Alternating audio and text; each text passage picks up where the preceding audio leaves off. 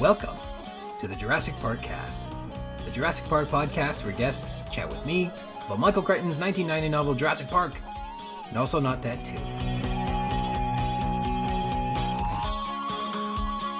My name's Ryan Rogers, and I'm a big dumb Jurassic Park fan. Welcome to episode 46, Dawn, recorded on February 4th. We're in the birthday gauntlet.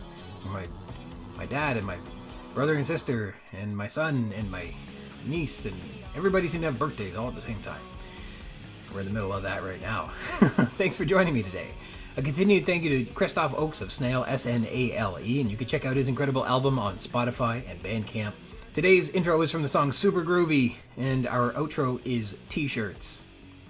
Corrections, in my last episode I said that in the life of Pi, the special effects company was bankrupted because of the time and money they spent creating the lion, when of course, in reality they went bankrupt because they were rendering the special effects of a tiger. My mistake. Tigers are obviously far more expensive to render than lions. I also have not correctly identified how to keep my cat from swearing during my guest interviews. I've tried feeding her in advance, I've tried singing her lullabies, but the cursed thing just can't help herself from strutting into the room while I'm hosting an interview and mewing the most hateful language I've ever heard, and I'm very sorry. She's a demented, cussing fiend. You all deserve better than that. And also in episode 44, I brought up Alexander Karpatsev and Pavel Kubina as examples of the Toronto Maple Leafs who have a surname beginning with the letter K, of which I feel the Toronto Maple Leafs have a long history of having, and I believe the Maple Leafs have a disproportionately large quantity of players with a surname beginning with the letter of K. Am I right? I didn't know, so I looked it up. The Toronto Maple Leafs have 54 players in their history with surnames beginning with the letter K, and that is a lot. I was going to rattle off all their names in kind of a fun bit, but that's probably not time well spent. But did the Maple Leafs have the most players in their history with surnames beginning with the letter K? Well, I had to look into that too. I crunched the numbers, and as you'd imagine, the teams with the most players on their historical rosters with surnames beginning with the letter K are mostly Original Six teams, because they have been in the NHL for more than 100 years, because they are original teams. But Toronto has the most of them. They're followed closely by the New York Rangers with 53, the Blackhawks and Bruins with 44, and then the Red Wings at 40. Third on the list, though, is the Islanders at 33, and unusually the Montreal Canadiens, who only have 21 over their more than 100 years of history. So maybe the key to success has been not having players with the surnames beginning with the letter K in their team. Now, speaking of waste of time earlier, that was a waste of time. But now you know the Maple Leafs, as of today, have had more players on their team with surnames beginning with the letter K than any other NHL franchise in history. So the Leafs win that one. Good for us. Dinosaur news. I kind of appreciate that the news stories today are going to inform our reading of the rest of the chapter. It's kind of been interesting. Today we meet Ralph, the pony-sized, pig-like infant Triceratops who eats hay. In the news, I've got a couple articles about Triceratopses eating, chewing, and what they might have eaten. So the first article was published in June 2015 in the journal Science Advances. We have the article, Where Biomechanics in the Slicing Dentition of the Giant Horned Dinosaur Triceratops. The paper posits that reptiles rarely evolve occluding dentitions, which allow for the mastication of plant matter, whereas conversely mammals do it a lot. Dinosaurs stand out among reptiles in that several lineages acquired the capacity to masticate.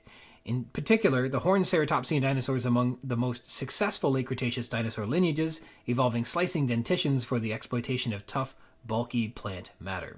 The article says that the 9-meter-long Triceratops and its relatives evolved teeth that wore during feeding to create fullers, which are recessed central regions on cutting blades, on the chewing surfaces. This unique morphology serves to reduce friction during feeding. The authors were able to create a, quote, sophisticated three-dimensional biomechanical wear model that reveals how the complexes synergistically wore to create tribological properties, which are properties due to wearing down. These conclusions are made thanks to 5 major wear-relevant osseous tissues, which are enamel, hard mantle dentine, orthodentine, vasodentine, and coronal cementum, says the paper. These findings, along with similar discoveries in hadrosaurids, suggest that tissue-mediated changes in dental morphology may have played a role in the remarkable ecological diversification of these clades, and perhaps other dinosaurian clades capable of mastication. Quote, a notable finding from our study is that the tissue suites acquired by Ceratopsia are novel with regard to type and function. Most notable is that the cores of advanced ceratopsian teeth are constructed of vasodentine. Vasodentine's exceptional porosity promoted unusually high wear rates to form fullers. The porosity of this tissue reduces the overall structural integrity by causing stress concentrations, leading to the localized fracture and massive removal of material. This is a unique strategy among tetrapods for creating advanced tooth topography.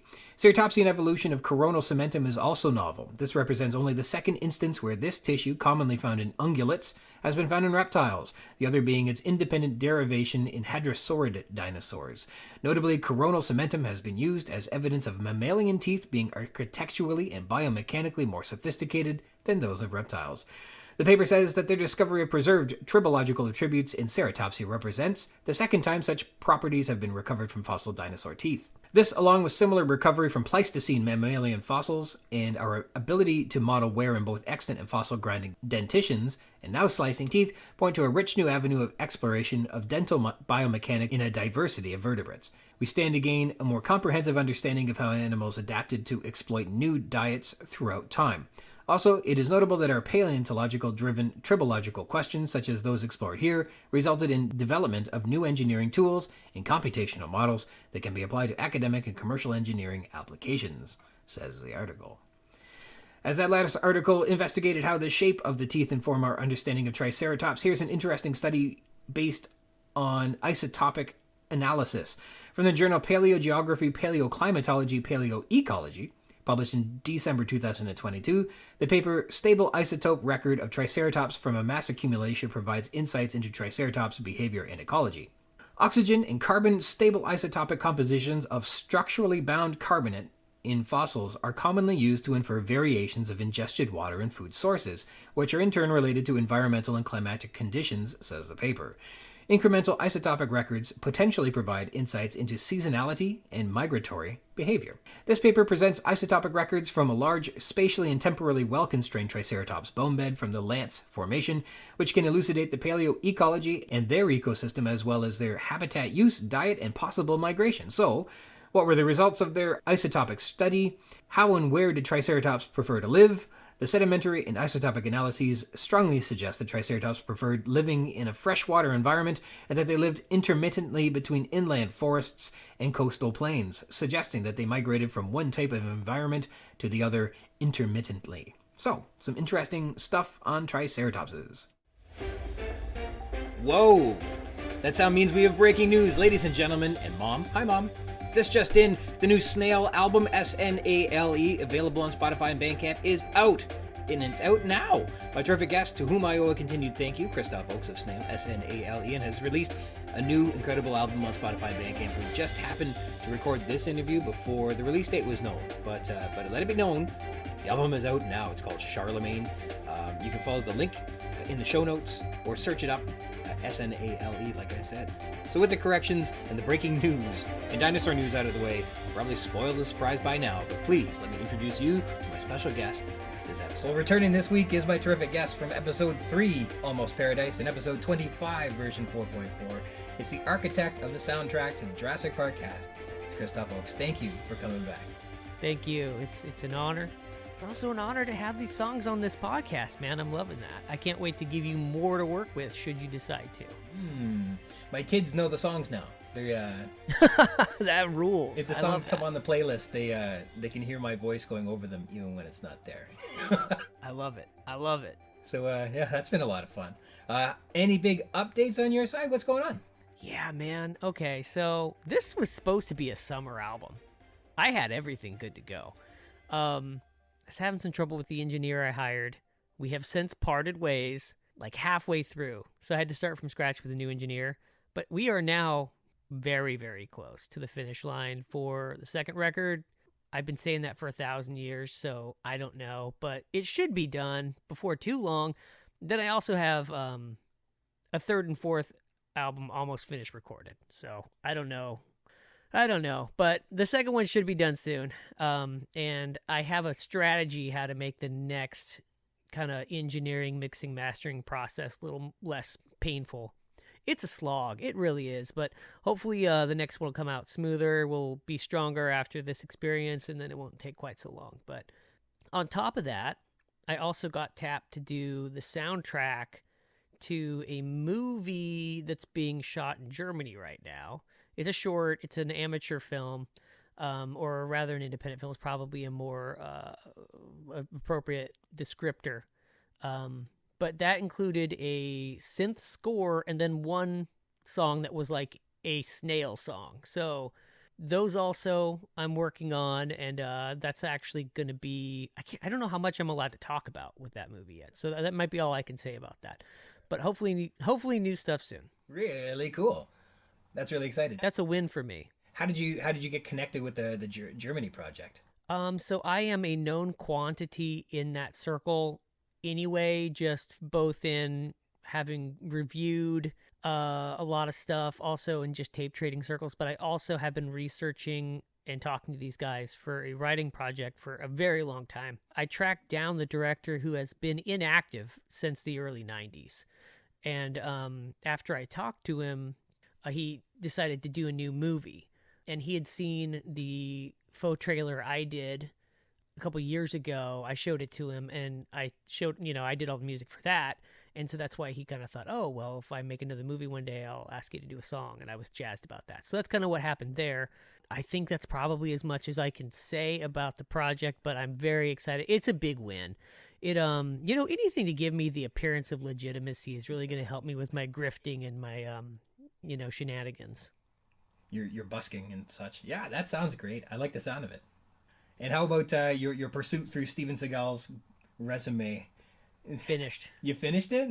I finished it. I made it through so everyone at home, I watched every single Steven Seagal movie ever made. And I think I'm the only person in the world to ever do that, including Steven Seagal. There's no way he watched all these.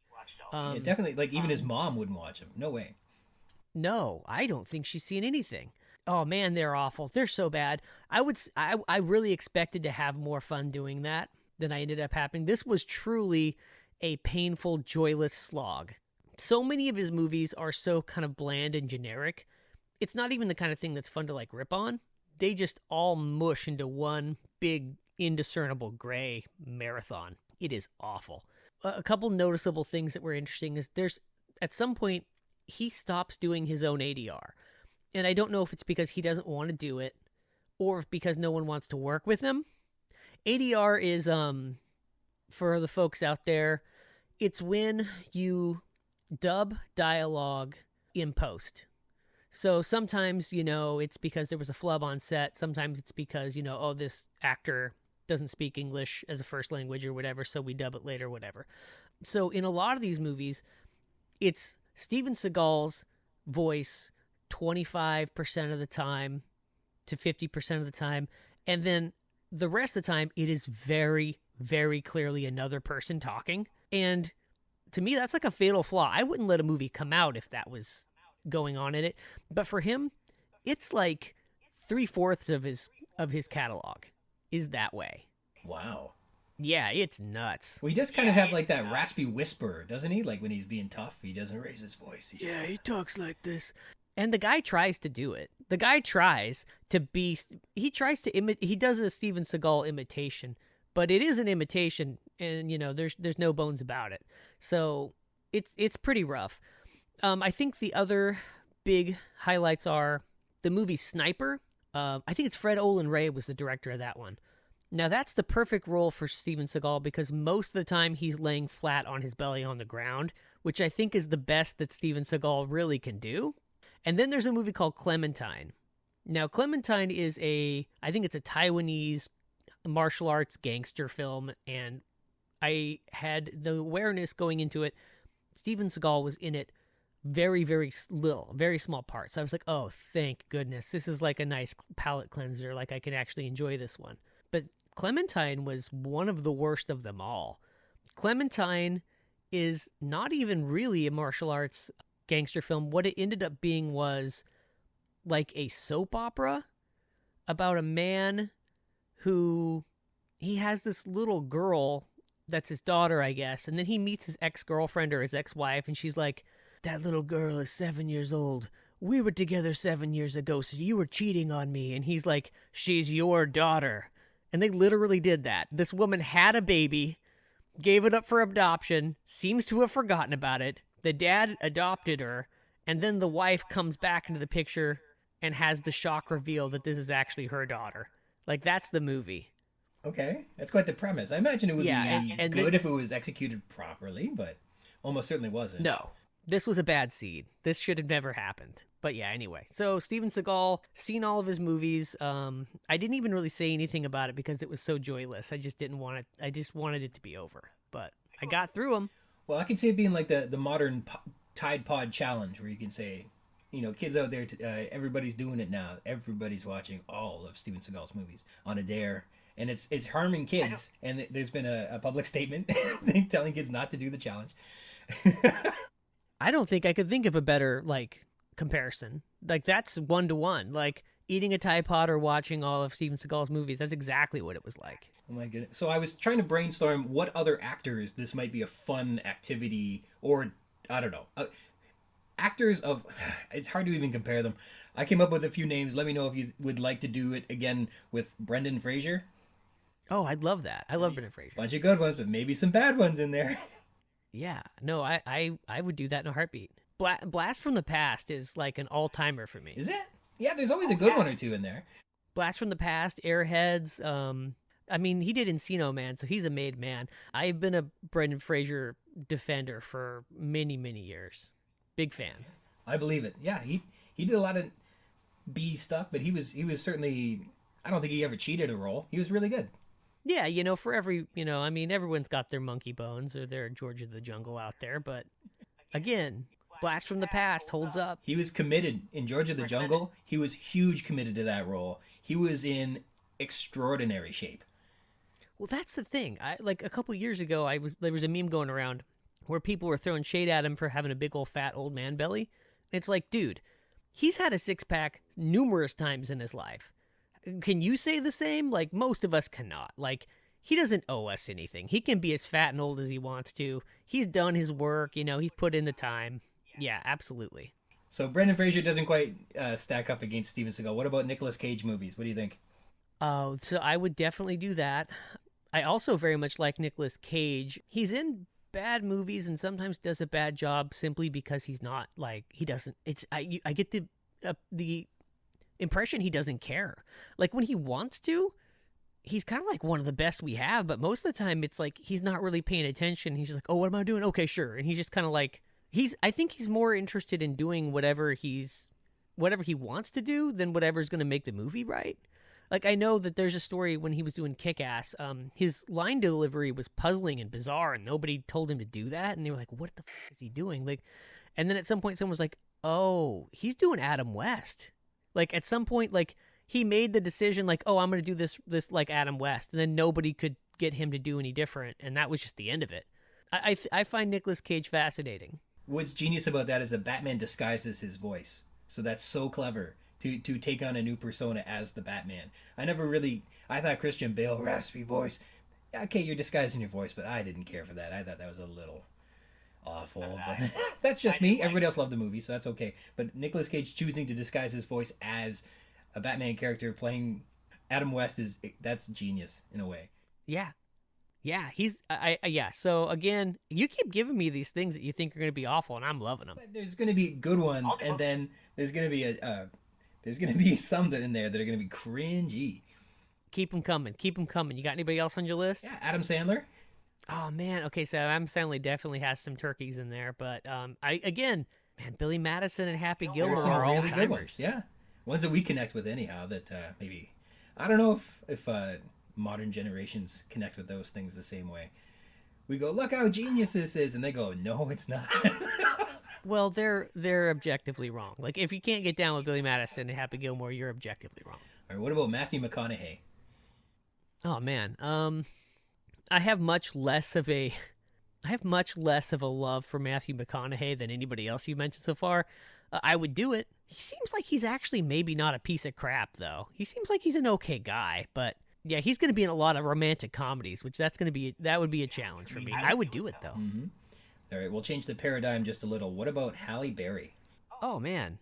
Sure. I mean, I don't. Is she in any kind? Is she overweight in any kind of genre? Like, does she do more of one type of movie than another, or is she just kind of like across the board, popping up here and there? I don't know. She was in like the Flintstones with no lines. Wow, was she? Oh, she was. She was the secretary lady. Bulworth with no lines. What was Bulworth? I don't remember that one. Bulworth was about Warren Beatty was a disenfranchised politician who was going on his final run on the campaign trail, and he hires an assassin to kill himself because he wants out.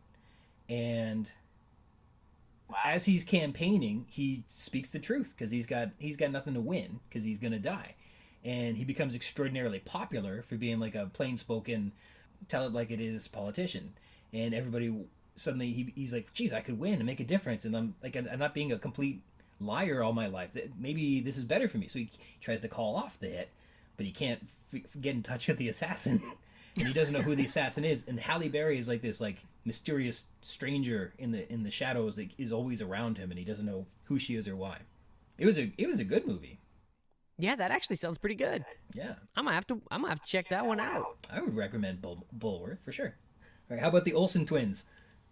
Oh, dude, that sounds like the best challenge, because that's gonna be like 170 movies shot over the course of 2 years. They're all gonna be exactly the same. It's gonna be like the twins go to Hawaii and like wacky happenstance. That sounds great. How could one acquire all of those movies? I wonder if like any of them. I would imagine most of those going to be like direct to TBS like movies, but I really don't know. Maybe they did all come out on video. They could have their own streaming service. You're right. They you go and get the whole collection. The whole library is there. I think that's of all of them that you've said so far. That's definitely the most challenging in the same way that Steven Seagal was. I still got Jennifer Lopez. Well, I am honor bound to watch absolutely anything, and if you pose it correctly, you can trick me into watching like whatever you want. Speaking of things that are sometimes good and sometimes bad, today you're rejoining me. We're going to discuss a 2018 film produced on a budget of reportedly $35,000 that became an international viral sensation, which continues to capitalize on the incredible star power of velociraptors. Last time we watched Tammy and the T-Rex and laughed that there was a typo in the title for Tanny and the T-Rex. Today, this film is literally based on an autocorrect from the writer and director Brendan Steer, who was typing Velociraptor, and it was autocorrected to Veloci-Pastor. Or so the legend goes. I believe that story. So when I said, hey, let's cover Veloci-Pastor, your initial feelings about that were somewhat mixed, maybe? What did you think? I guess that's a fair way. So the worst thing to do on a podcast is like not have anything to say, and we're gonna say a lot of things here. But like the long and the short of it is like I don't really like Veloci-Pastor. I've definitely seen it. I don't want to be a party pooper. I know a lot of people had fun with it, but I'm just not a fan. I think that of this kind of movie, the best you can hope for is sincerity that just manages to somehow entertain you by way of being insane or particularly badly handled. But when something is like deliberately crummy, then you need to really actually find like real authentic wit. And I just feel like this movie just, for me, I don't know. We'll definitely get into it, but I feel like it's kind of a one-note joke that wears thin for me. So the story behind this film, as reported before, it was then at that moment a film student in Manhattan, Brendan Steer, was typing Velociraptor when autocorrected. Recommended that it was Veloci-Pastor, and that must have given him a memorable chuckle to revisit that thought, and eventually he returned to that idea and fleshed out the concept for a trailer. So he had made some sort of video or a movie for his film school. There was a series of trailers in a sequence, and this was one of those, and he, I guess, posted them all up on YouTube, and that video went viral in a way that none of the others did, of course, and that was sort of the impetus towards looking closer into this concept, because he was getting a lot of positive feedback on what to do with that. How many do you recall movies are based off of a YouTube or a trailer? So actually the answer to that is quite a few. So this has always kind of been a tradition but it really seems to have graduated to sort of the new standard in the wake of Robert Rodriguez's and Quentin Tarantino's Grindhouse. They had a number of fake trailers in that, very, very famously Machete, which ended up being 2 movies.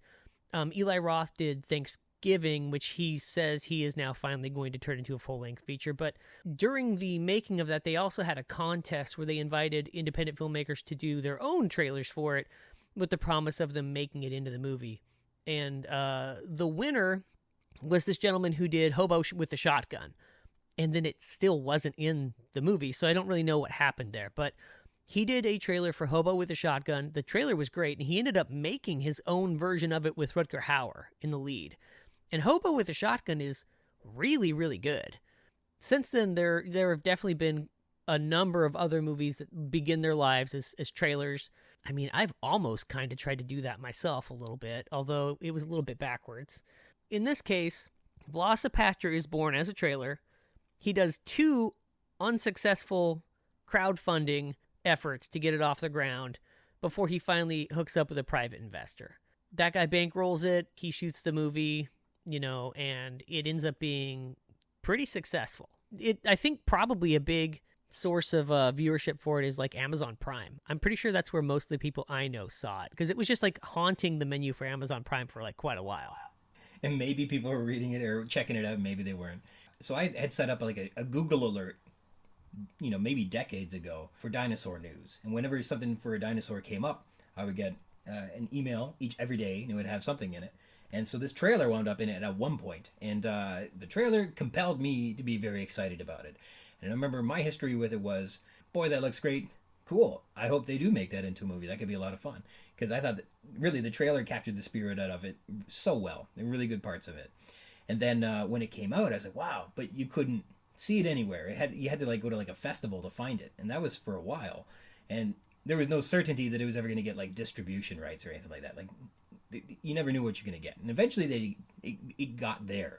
But it gained a lot of notoriety internationally for this like sleeper horror comedy. And we saw it at its Canadian premiere in Hamilton, which was interesting. I had no idea it was going to be there. I never thought I was going to be able to see it. And then there was this chance to go see it. And I remember the experience was this. we go out there to midnight screening. And before it, there was something called the Jerry Show. And the Jerry Show was like this little short film they tacked on at the front. And it was disturbing in like all the ways that it could be. And then Velocipastor came out. And I remember towards the end of it, be like nodding off because like, wow, this is kind of dragging and it is very late.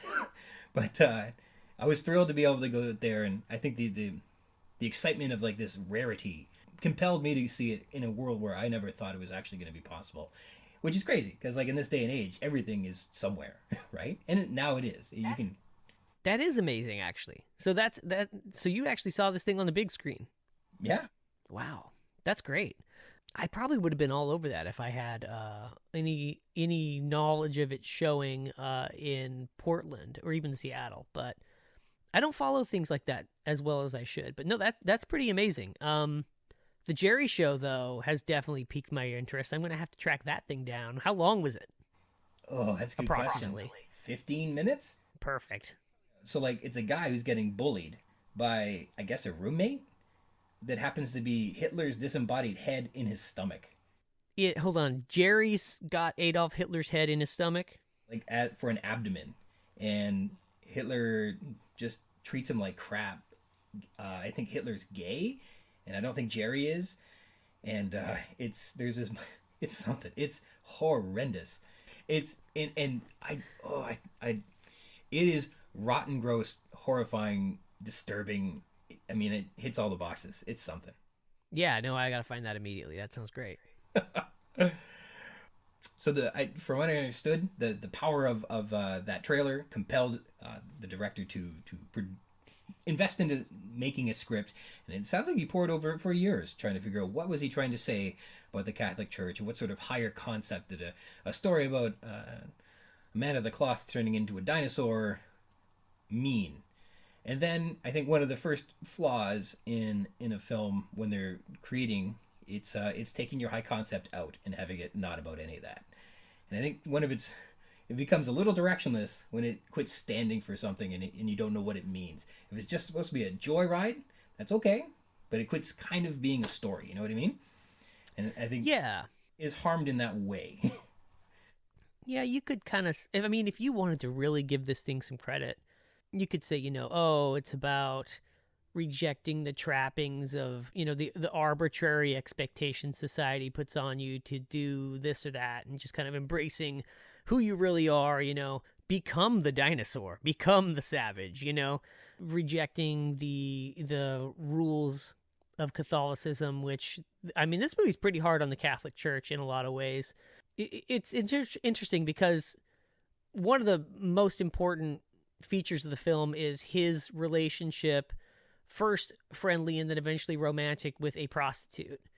And they kind of pull each other towards the middle morally. Like, as the movie starts out, she's kind of like pretty far out this direction morally. He's pretty far out this other way on sort of the spectrum.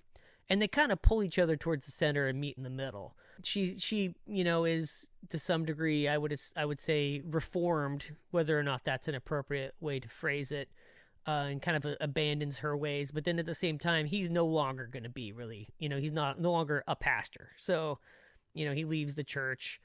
Yeah, so that is maybe an interesting concept that they're playing with. Him, throwing away his former identity and kind of like becoming something of a free spirit. That's definitely in there, I guess. But I agree. The movie, I think we're giving it a little bit too much credit. I think that what we have more than anything else is something that's kind of like borrowing from a lot of other pop culture sources. And really, the crux of this is that the title kind of rhymes with, raptor with pastor. It's like a sideways rhyme. And that's really the movie. The movie is less about like, leaving the Catholic Church and embracing your true self, and more about, hey, these words kind of rhyme. Yeah, and I think when that higher concept gets extracted for the purpose of just making a jokey movie, it kind of evolves into a series of sketches and a couple music videos with a narrative going through it, and some interesting characters in each of the sketches and things like that. But in terms of it having a higher meaning, that is extracted noticeably so. And I think they're just looking to be fun. There are fun ways to make a satire, but it never became a satire. There are fun ways to make a pure comedy, and it never quite became a pure comedy. And there are ways to do horror and be funny, or vice versa, be funny but then do some horror, and it doesn't quite do that either. Like, it's not at any point really scary. No, definitely not. Well, honestly, I think that there's an argument to be made for horror no longer really being about being scared. Like, I mean, true pure horror, definitely, but and we are seeing some of that. I think, recently Smile came out. That was one that definitely was aiming for really frightening. Same, Barbarian tried a bit to be scary, but also tried a bit to be kind of, gonzo. But for the most part, people go to horror movies to have fun, not really to be scared in this day and age. So whether or not there's any like legitimacy to the claim that this is a horror comedy is like, that's a bigger argument. But I would say that, yeah, this movie kind of doesn't ever really establish itself as anything greater than, an autocorrect, unfortunately. I think there are some funny characters in it. I want to point out my favorite character in the movie, Frankie Mermaid, who is the pimp at the beginning of the movie. I know that this is kind of like a PG podcast, so you're going to bleep some of this, but he's Frankie Mermaid because he's swimming in bitches, which is incredible. Also, the actor who plays Frankie Mermaid is really, really good, but he also dies right away. So, like, he's barely in the movie. I wish they would have kept him around throughout the whole thing. He could end up being like, the big bad at the end, like with a little bit of reworking. I thought he was great. And I do think that there's some good performances in this. I think the lead is pretty strong. Both leads are, I would say. They're actually far better than you would expect for a movie like this. And there's some funny gags too. The sort of mentor priest for our hero recounts some kind of haunting war memories he has, which for me are mostly pretty funny. But a lot of the gags in the movie are also gags that you've seen 200,000 times in other movies, including a lot of student films. They're kind of just borrowed jokes. I think the one that really sticks out to me is where the characters are laughing, and instead of cutting away like your standard 1980s pop film, it kind of just stays on them and lets them keep laughing long after it stops being funny and just gets to be awkward. The movie kind of does that thing a lot. One of them even checks his watch at one time like he's waiting for the scene to cut. And that's like a gloriously unfunny, unwitting concept that like has been done many, many times. I think that stuff like that really undermines what I want this movie to be, which is either like an actual comedy or like an actual gonzo movie that takes itself seriously and comes across being wacky.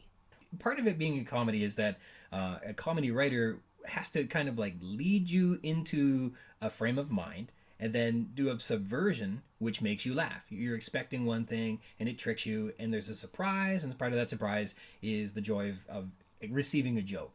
And I find that when I listen to the director's commentary, there are elements that are funny, but there's like you would have to be acutely aware to look for them, or else it's not going to hit you. For example, in the opening scene, Father Doug is driving to China, and it is daytime outside of the car, but inside of the car, it is lit as if it were nighttime. And they thought, oh, that's so funny. And maybe that is kind of like a funny subversion on how would a cheap movie maybe not be able to match their lighting and their scenes and their backgrounds and stuff like that. That, I guess, could be funny, but you don't even really, like, you kind of notice it, but it doesn't stand out. And you certainly don't get a laugh out of it. It's just kind of bizarre. I've seen this movie several times, and I had no idea that was a thing. Another one is there. So the concept is there's a gang of ninjas that come from China, where I don't believe that ninjas come from, and they speak Korean, which, I mean, you'd have to be fairly aware of your different Asian dialects to pick that up, which I am not. Bro, I can't tell Korean. I got no idea. Yeah, you could show me as many Asian languages and dialects as you want to. I will know zero of them from one another. And so that's a funny, clever subversion, I guess, as a joke that you could like put in as a filmmaker, but it doesn't succeed as a good joke if I don't laugh at it, or if nobody laughs at it. And I can't. And so these are details that are in there that they're aware of, that they're chocolate. They're like Andy Kaufman at home going, ha, ha, ha, nobody knows. And that it's odd in terms of like a seasoned comedy writer might do something differently. Yeah, I think all of your jokes in your comedy better not be inside jokes that you refuse to share with the audience. Like, too many of the jokes that are in there are like, oh, well, I'll just put this in. This is a joke, right? This is a joke. I saw it in another movie, so it was a joke then, so it's funny now, right? Like, but then the actual material is like hidden away from us somewhere. Mm-hmm. And then another sort of behind the scenes inside joke that they snuck into the film, believing that it was going to be a source of humor, was that the director casted his father to play the Father Doug's mentor. So Father Stewart is Brendan Steere's dad, and he was supposed to be terrible, and he's actually gives a very authentic performance as a concerned priest. And did you realize that was not an actor playing Father Stewart? No, I didn't, but also that's not a joke, buddy. That's just casting someone you can get for free. Everybody does that. The hope was, the ambition was, the purpose was that he was going to be terrible, and that was going to be a source of humor. And then that was another execution, just didn't work out. His dad turned out to be serviceable, borderlining on pretty good. And yeah, and honestly, like in a movie of that caliber, like most of the other actors were worse. Like the guy who ends up, so spoiler alert, plug your ears, but one of the ninjas is revealed to be the brother of the hero. I mean, that guy was worse than Father Stewart. Yeah, he was. His whole bit was unusual. That's for sure. Well, maybe we should get into the plot a little bit. We're kind of touching on characters and things like that. So after losing his parents, a priest travels to China, where he inherits a mysterious ability that allows him to turn into a dinosaur. And by this new power, a hooker convinces him to use it to fight crime and ninjas. So that's how we start with. Yeah, maybe we can go through some of the cast here. Well, maybe we'll go through the plot and we can touch on the cast as we go. So we start off at the beginning of the film. We meet Doug, and he loses his parents in a car bombing. And right. And so So yeah, this is one of the cute jokes that they put in where his parents are blown up in a car bombing, but rather than like show any of it, it just cuts to like a parking lot shot with the text car special effect, something like that. Like an indication that it either was neglected to be put in or whatever, which, oh boy, that's real cute.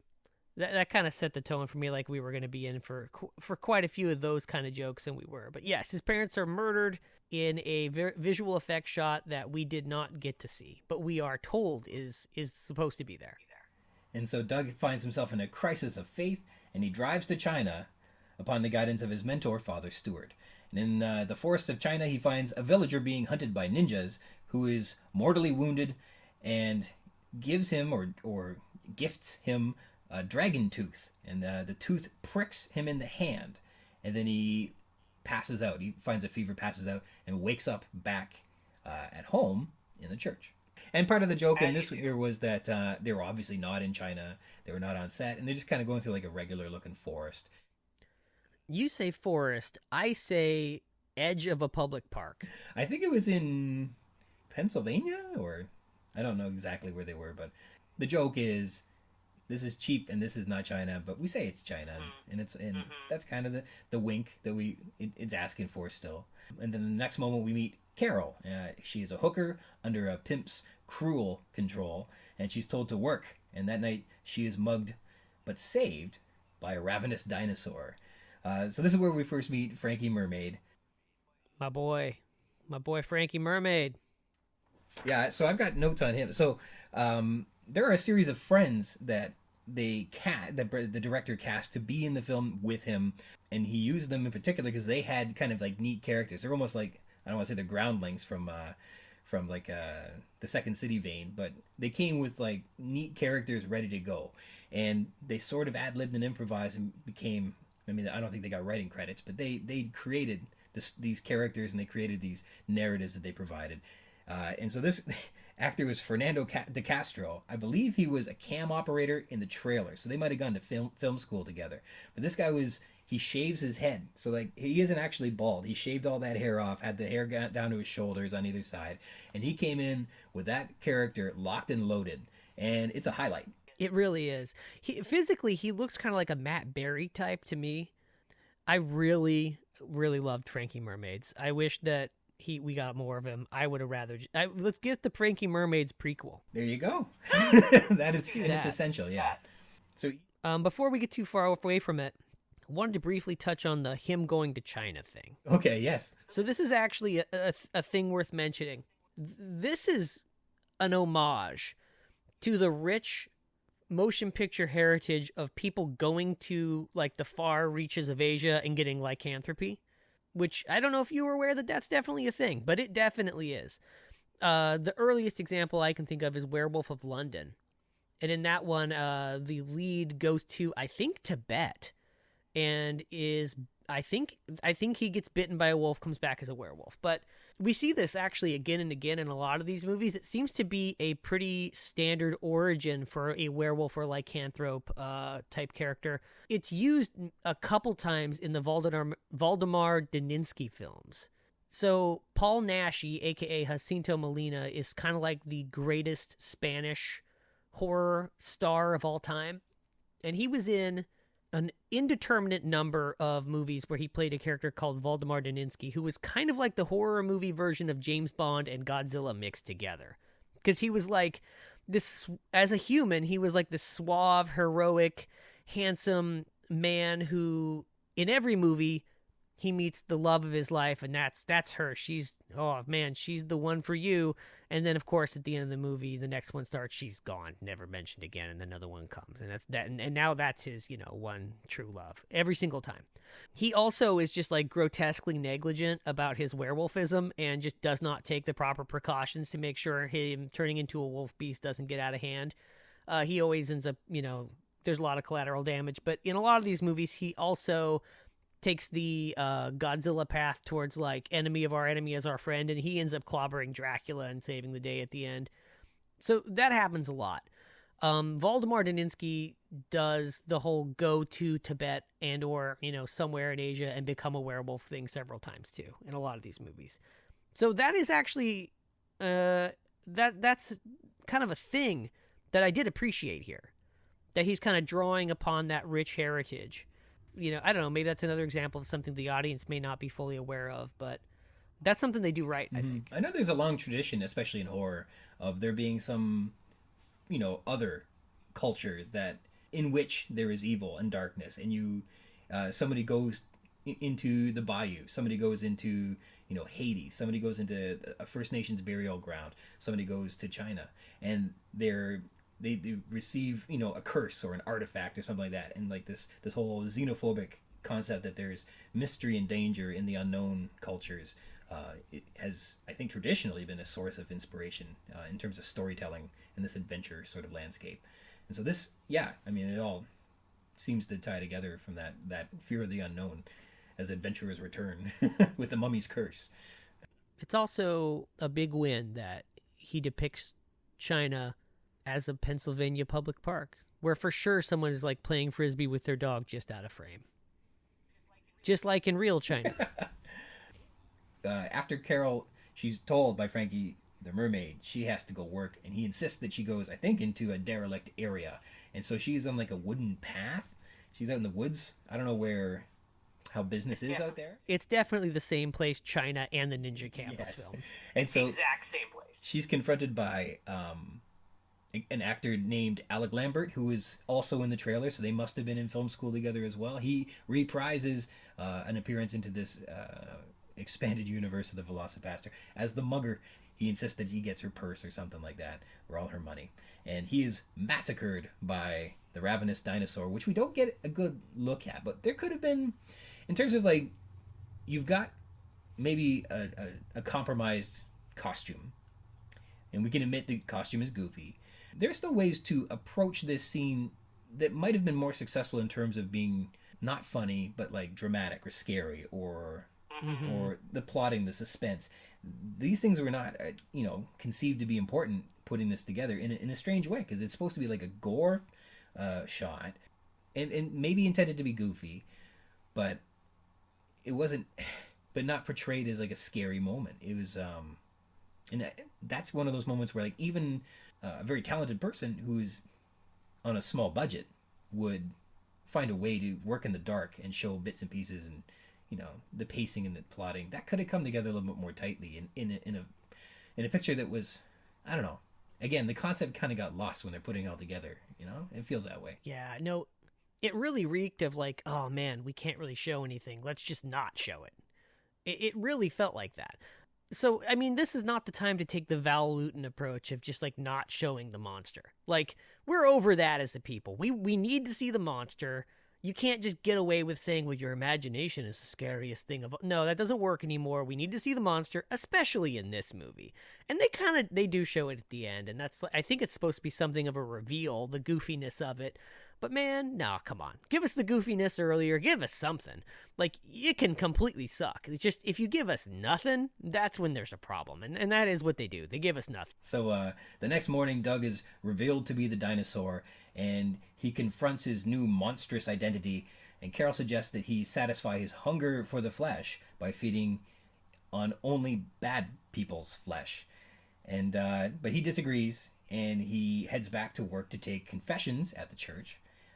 And it happens to be the one person who chooses that day to go in for confession is my boy, Frankie Mermaids. And so he confesses to all his evil deeds, including being the bomber. Which is hilarious. Yeah, it's a dynamite line. Again, this guy was extraordinary. He if you're going to go see the movie, watch out for him and come away appreciating that you got to see that. That's for sure. And so he confesses to being the bomber who killed Doug's parents in a very contrived but funny and silly way. And then Doug's Veloci-Pastor identity massacres Frank, and he has to go back home and admit to Carol what he has done. And I think this is where the relationship really grows, because she suddenly feels safe with someone for the first time. And if this... I just can't believe we have a movie where a priest, like, gets into murder and hookers and dinosaur, like, transformations, and I still wasn't loving it. Like, come on, man. Like, on paper, this really does sound like a win. And the more you're talking about it, like, if I'm just listening to your description and imagining the movie, I get a much better movie in my mind. But yeah. And you know what? The pieces are there. I think, really, really is on how not so much you frame the shot, but you can build suspense with how long a shot lasts. But they only ever seem to use that for like comedic effect. Like, you should have cut by now, but they're still laughing, and they're going to keep laughing until you say cut. And that's where they choose to extend the scene or to draw out a moment, as opposed to where could it have been used very cheaply and practically in a way that it conveys more meaning. But the lingering shot or the suspenseful hold was always for a joke, and I don't know if they were always funny.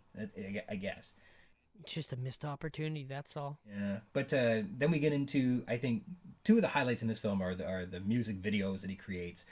There's one is a montage of Doug deciding to take up the claw, and he begins studying the Bible harder. He begins learning about dinosaurs because he knows nothing about dinosaurs, and he's kind of approaching the concept of dating Carol. And I think there's an authentic relationship that the actress who plays Carol is Alyssa Kempinski. Gregory James Cohan plays Doug Jones. The two of them are authentically good together. They have, ridiculous. They lines. are. Yeah, but it's not. They are. It's not Hayden Christensen and Natalie Portman. It's good. They achieve it in a way that it rises above, perhaps, the film that they're in, which is interesting. Yeah, she is really good. He's good too, but she's really good, and they really do have chemistry together. This is the chapter of the movie where it's pretty much the Incredible Hulk, where he's pretty much just like now a superhero that uses his Jekyll and Hyde werewolf powers to fight crime with his former hooker sidekick. And it does kind of have like a Bill Bixby era Hulk type vibe to it, because the whole time they're kind of leaning on that like 70s, 80s grindhouse faux aesthetic. The music videos, man, you know what? I was going to say the thing about the movie I wish was different was actually the soundtrack, because to me this is like a very 1999 pop radio soundtrack, and I kind of wish they'd gone all the way, because they are kind of trying to do the 70s, 80s grindhouse vibe. Why didn't we get some like 70s, 80s kind of funky music in there to kind of take it the rest of the way? I think that would have been a small step towards kind of fully completing, landing the trick. I think that would have helped the movie. Well, it would have certainly contextualized it in a different era. But I like the music videos. I think the songs are pretty rocking. I was down for it. They are definitely, they're rocking songs. They are rocking songs for sure. I just feel like it's weird to see that music when I'm looking at a 1976 and I'm hearing a 1999. In my mind, I feel like if we would have had like music, it would have taken it a step further. I can see what you're saying. Like, it left, it would be ska music, and then that would be, obviously sticking out.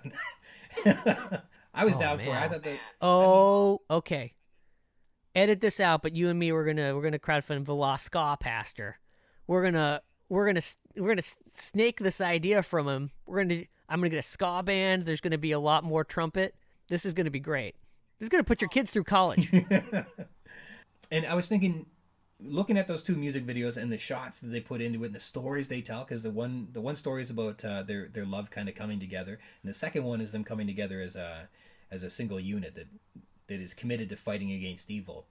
And they were both really, really, I think, wonderfully put together, and they tell really strong stories. And I thought to myself, if you had a guy like this, a director and cinematographer, the whole crew, and you for $35,000 made those two music videos, that's actually a pretty good value. That's actually, pretty good stuff. It does seem like the videos show that he knows how to do this.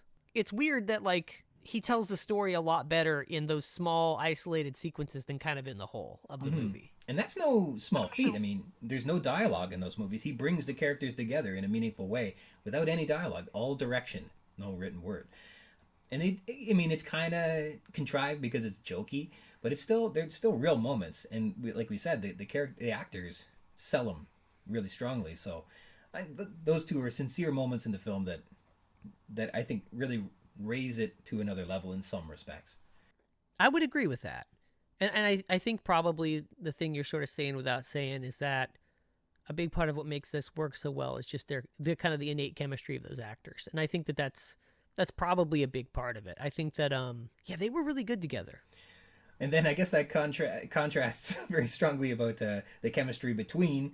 We finally get introduced to our villain now that Frankie the Mermaid has been dispatched.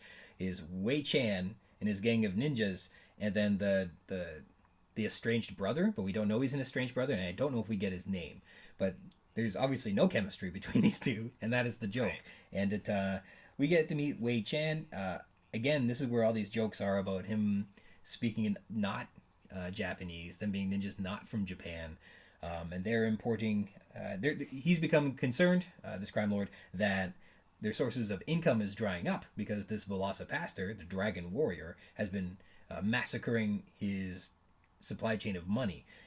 But that brings us back to Father Stewart confronting Doug about hanging out with a hooker. So obviously, as you made a point, here we have a priest that's questioning his vows, and obviously hanging out with somebody that's dressed as demonstrably a prostitute. So Father Stewart confronts Doug. Straight up, Jesus hung out with hookers, bro. Like, straight up, that happened. That's in it. That's the whole thing. Checkmate, Father Stewart. And so he's prompting Doug to reveal. He's trying to get him to confess to, like, come out of the, say, admit what you're doing here, what you're doing is wrong. And Doug instead wants to share that he is actually the Velocipastor. But it's difficult for him. And then we get a flashback during this to Doug's youth. Now, this is where the like I said, there are sketches and bits that kind of get tied in together. And, I mean, this wasn't a long movie. And there are already bits that kind of, I guess, pay off as a joke later. But maybe they didn't have to be there at all.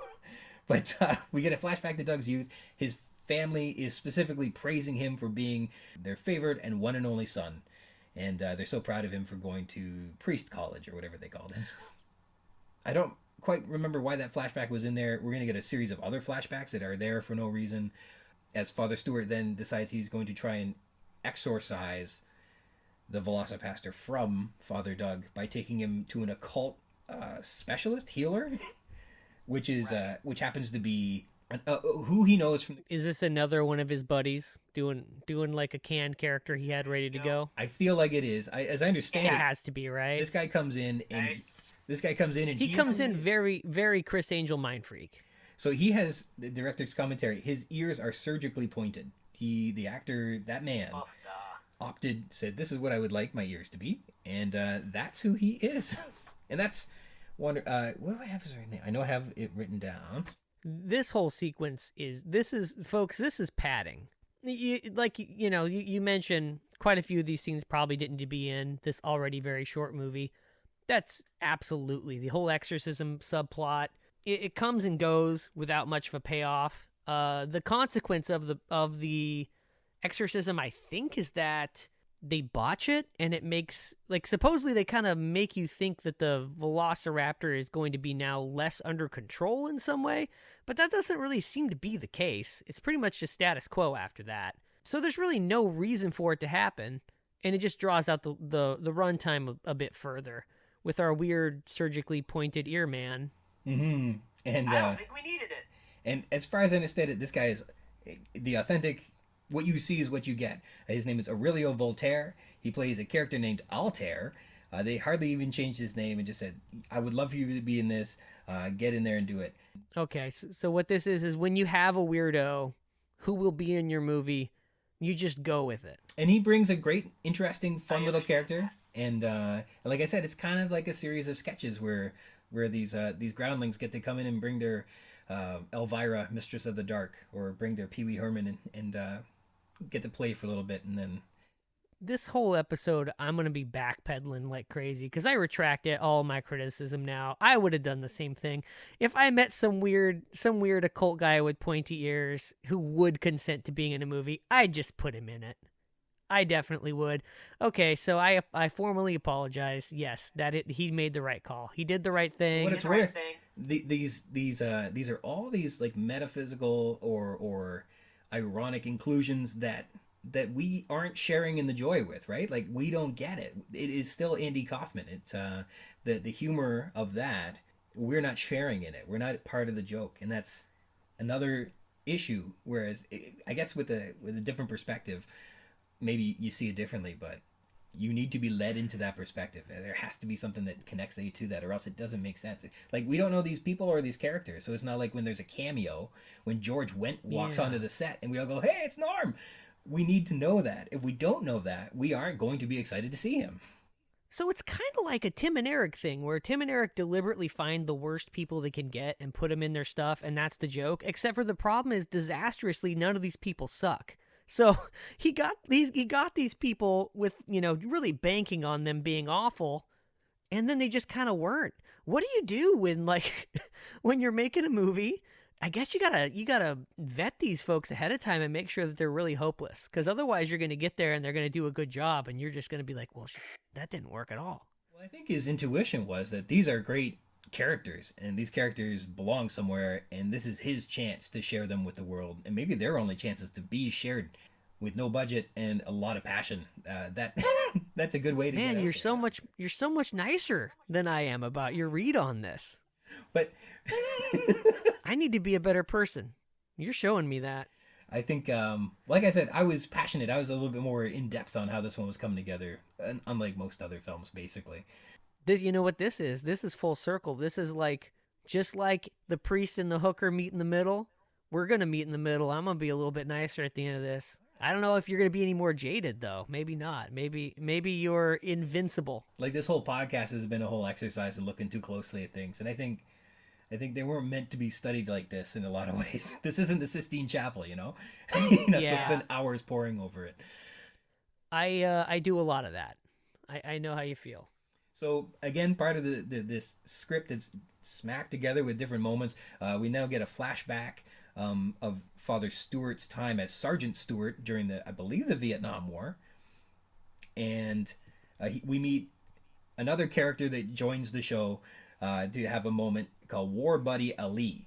What did you think of the actor's name? Was David Sokol. I don't know how he's related to everyone here, but what did you think of War Buddy Ali and his kind of trope of having a whole family waiting for him back home? Well, so this was funny to me. I liked most of the war flashback stuff. It's mostly just, it's what you think. It's like him with his buddies and like, yes, sir, this is going great. Nothing's bad's going to happen. Instant murder. And that's kind of like, and it happens again and again. And that's great. I loved that. This particular buddy is talking, all about how great it's going to be. He's going to get home unscathed, blah, blah, blah, blah. And then, of course, he's instantly brutally destroyed.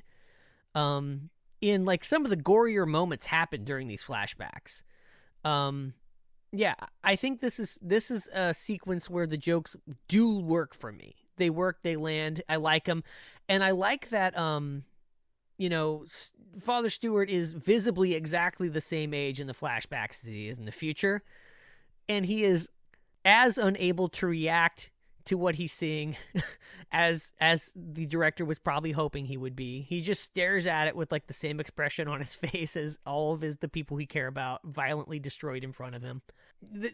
More of this, please. More of this and more of Frankie Mermaids. And so here we are. They're using a common trope, which is an important part maybe in humor. If you have to lead the joke into a certain area, get people excited for it, and then the payoff is that they're hilariously gross murders that we, because it's so over the top. This is why people go to a horror movie, to be entertained, and that this is comedy written much better, I think. And certainly, so we're at the midnight screening, and we're 2 hours into this thing, and I am like, what are we doing? What are we doing in Korea right now, guys? I'm fading here. So I remember being kind of tired with the film, my first viewing, but then you pop right back when his precious Adeline, comes to jump into his arms, and of course she doesn't make it any better either. With one, I would say, the more practical effects in terms of exploding someone. Yeah, actually, that's a very well done effect.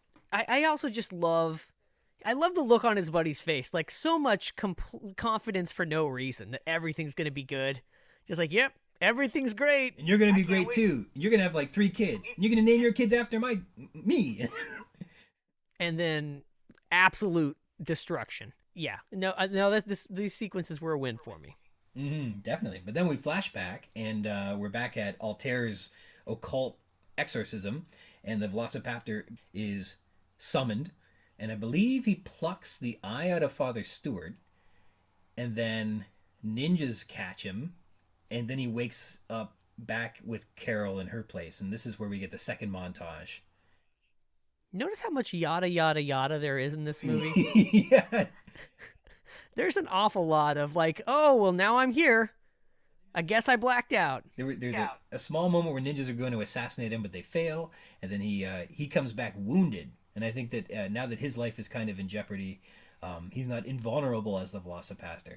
That he and Carol see that life is fleeting, perhaps, and the two of them say, let's not delay our union any longer. And really, one of the more touching and wonderful moments of the film, where another extraordinary music video edited together so nicely, tells their entire story coming together. And I think that the lighting effects and the colors and the music all it was just extraordinary. I really, really thought that was a special moment in the film, and I would say probably the highlight. Frankie Mermaids is the only highlight for me. You didn't like that part of the film? No, I mean, it's good. It's good. It's just, I don't know, something about Frankie Mermaids just that does it for me. Well, you're entirely right.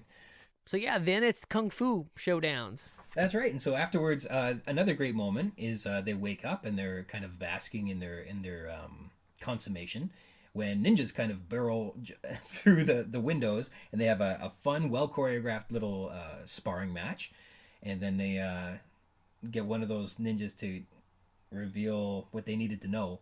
As it moves off, they discover that Father Stewart has been abducted by Wei Chan, and they're going to go on about their fancy cocaine, and their plot is kind of confusing. They're going to get super addictive cocaine, get the entire city hooked on it, then stop giving them the cocaine, compelling them all to go to self-help groups, which are run by the church, which is run by Wei Chan. Was that the plan? So the plan was that Wei Chan would get a holy army that was dedicated to doing his work by getting addicts to go to self-help groups, which he runs. And he wanted Father Stewart. Unfortunately, this is not even fiction. Like this is this is like 4 or 5 self-help groups in LA. Oh yeah? Exactly. Yeah. And all just like weird like Shaolin monk fronts for cocaine and money laundering. And then the Velocipastor arrives, but he's just Doug Jones. So he and Carol arrive.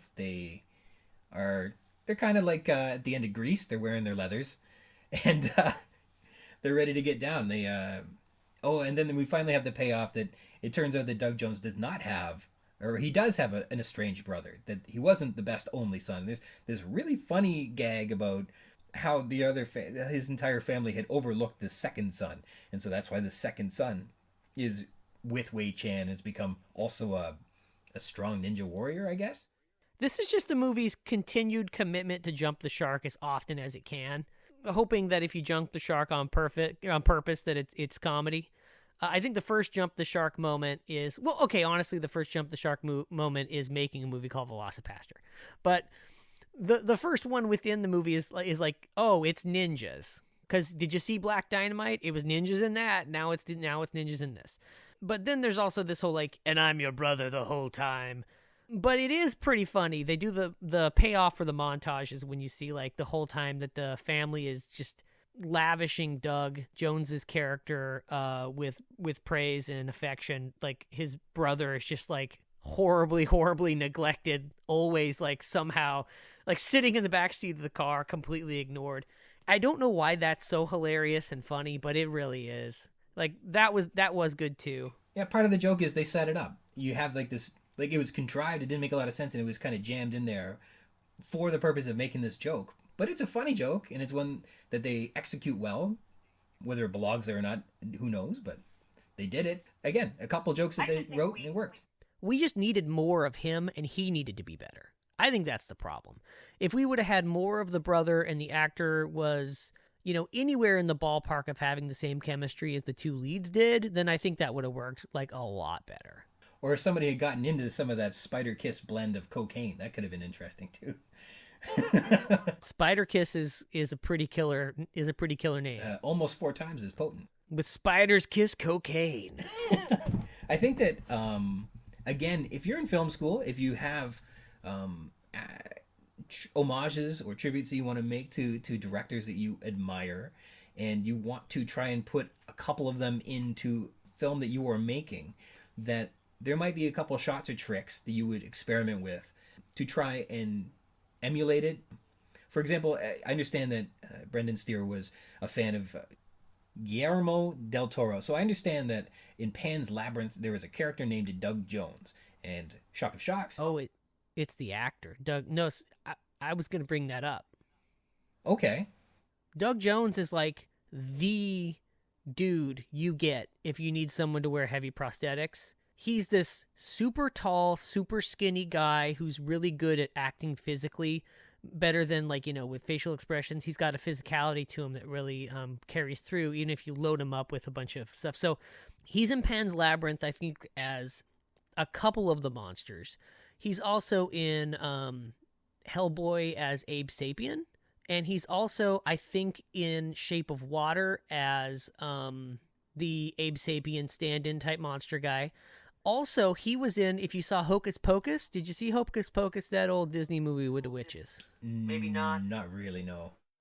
He's in that too. He's a zombie guy in that. So Doug Jones is actually like, when I was looking up this movie and I just saw Doug Jones, I was like, wait, hold on, is Doug Jones in this movie?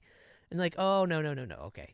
Yeah. He's making an homage. And so we get this fight scene, and fight scenes are important in all kinds of movies. And you would certainly have, especially if you have kung fu movies in your thing, that you would do, something. I just got the joke. And I just got the joke. Go ahead and tell everybody, but I just got it, what you're about to say. Like the kung fu, the karate, the fight scenes are choreographed, but just the shooting of it, there are no neat shots. I don't know, there's no, like, the fist cam, where, like, you see a punch going into someone's face. It's easy to do, and it doesn't take a lot of physical acting. Just, there's a couple things they could have done, and it just kind of is a bit of a, it feels like they were rushed for time. They didn't really know what to do with staging. It just felt like the shoestrings really show in the budget at a moment like this, where they got maybe one day, a little daylight, and the cops have been called because there's people running around in the park with dinosaur costumes. Yeah, fight choreography has been like the Waterloo of so many independent film makers. It's where it really shows that you don't know what you're doing and nobody has any experience. But I thought what you were going to say is that him being Doug Jones is a joke about, because Doug Jones is like in all these great creature movies, and then like he's in this, and the creature outfit they have is so awful that it's like a meta joke on, and it probably is, knowing this director now as we do, that's probably the joke they're laughing their heads off about that did not click for us. I guess that's probably what because yeah, the when we finally do see the dinosaur costume during this sequence, and it's basically the same thing as those bouncy inflatable brown T-Rex costumes people run around with that you see, only it's like a raptor version, and it's barely even a raptor version. Yeah, one of my contentions with this is that it kind of bills itself as a dinosaur movie, and it not really a dinosaur movie, and the dinosaur isn't specifically good at being a dinosaur. The story goes that this was for a stage production at a high school that was financed by the state. Like, they got a grant to make it. It was made. It was never used, and nobody asked for it back. And so he just had this in the basement, and it was ready to go. I would have done it too. So that's what they had. I would have done it. That's what they I would have done it too. Oh man. And so it looks like I'm not so different from this man. So they did the best they could with this thing. I might have put a googly on it or something just to really get it tapped. Yeah, to fully drive home how I know this is dumb. I know this is dumb. I'm not trying. Yeah. And I think the pressures of filming that scene in the park, as I understand it, that being in that costume was claustrophobia. It was terrible. It was hot. It was you couldn't breathe. You couldn't move. You couldn't see what you were doing. And I understand 2 people were in it, and one of them was a director. So they were literally just shooting footage of them running around in this thing, and hoped that they could fix it all in post, I suppose. Well, that's just how it goes, man. Like, Wasn't it Ben? I think is it Ben Chapman? I think is the name of the actor who was the original creature from the Black Lagoon. Like, I mean, go look up what that guy had to go through. It's incredible. Like, I don't have. I'm afraid I just don't have any sympathy for people complaining about their monster costumes being claustrophobic and super hot, because that is the name of the game. They always are. And like, the better they look, the more horrible it's going to be to wear. That's true. Can only make sense. And then I don't know. We should spoil the end of the movie. Let's leave something to the imagination for others. But we've traversed the incredible film and really looked at it a little too closely. You said you had a couple neat films that if people like this or were interested in more things like this, what you would recommend. Yeah, so I think the experience that you think you're going to get with Veloci-Pastor is just the most wacky gonzo nutso movie that you can find, and that is very much like the hubbub around the movie. I've actually seen a couple people posting in different Facebook groups I'm on, like, yes, this is an actual movie, and then they'll show a picture of it, like they've just found this, the wildest, weirdest movie that there is. And this is kind of like the cult of like Sharknado. This is people who don't really live in this world but see something really crazy, and then they like the experience of being the one that shows other people this crazy movie. But I think there's just a lot of movies out there that do that a lot better, that are like pretty obtainable and pretty watchable. I would say one I saw recently that I highly recommend is Killer Sofa. Killer Sofa, I think, it's either Australian or it's from New Zealand, I can't remember, but it is that. It is a woman buys it's not even a sofa, it is a recliner, but this recliner is like possessed, and there's a lot of hilarious bits in the movie about the recliner just kind of like being in the background of a shot, like scowling when people like don't know it's back there. That's a movie that is as wacky as you want it to be, but it's also very funny and very, very well made. If you want to go ratchet it up and go for something even wackier, House Shark by Ron Bonk, who also is the dude in charge of Sub Rosa Cinema. It's an independent genre film DVD label. House Shark is about a house that has a shark in it, and it's just running around. It doesn't explain how a shark can be in a place without water, but there's just a shark in that house, and you gotta watch out. And these people are trying to figure out how to get this shark out of this house. It is wilder, weirder, dumber, wackier than Velocipastor, but is also much funnier. If you want to go further, and actually these folks are Canadian, so I don't know how much currency that wins it with you, but the guys from Astron 6, which was a now defunct production company, were absolute masters at doing faux genre films that were hilarious. Their best one was called Father's Day, and it was kind of like a gruesome horror exploitation film. They also did one called The Editor, which was a parody of sort of giallo films, like the Italian giallo films from the 70s and 80s. Now, they're both phenomenal, but they're also hard R rated, so they're not movies you want with kiddos in the house, but they're pretty amazing. Astron 6 also did just a smattering of hilarious trailers and shorts too, and they're incredible. So those are all movies I would say check out and watch if you want kind of the experience of something really nutty and weird. I would say check those out before Velocipastor. Right on. Which, by the way, Velocipastor also ripped off Black Dynamite's like ninja reveal. And they stole that gag. You remember that gag where after the big fight scene, and it's like a quote from Gandhi about peace? It's like everybody's killed, and then there's like this thing about like the virtues of peace and anti-violence. They stole that from Miami Connection, man. But Miami Connection didn't know it was being dumb. Like, it was being sincere about it. There's this sequence where this guy just like brutally like machete murders a guy in a swamp, and then it cuts to like a quote about like the virtues of peace and nonviolence. That's the whole Tin Soldier song. You know this one? The two armies climb a mountain. The Tin Soldier song. Two armies climb a mountain. They war over each other. They murder everyone for the secret prize that's buried in the hill. And when they open the box, it says "Peace on Earth." Sick burn. Way to go, guys! You don't know that song? The When Tin Soldier Rides Away. Which one? Who did it? It just says it's a song.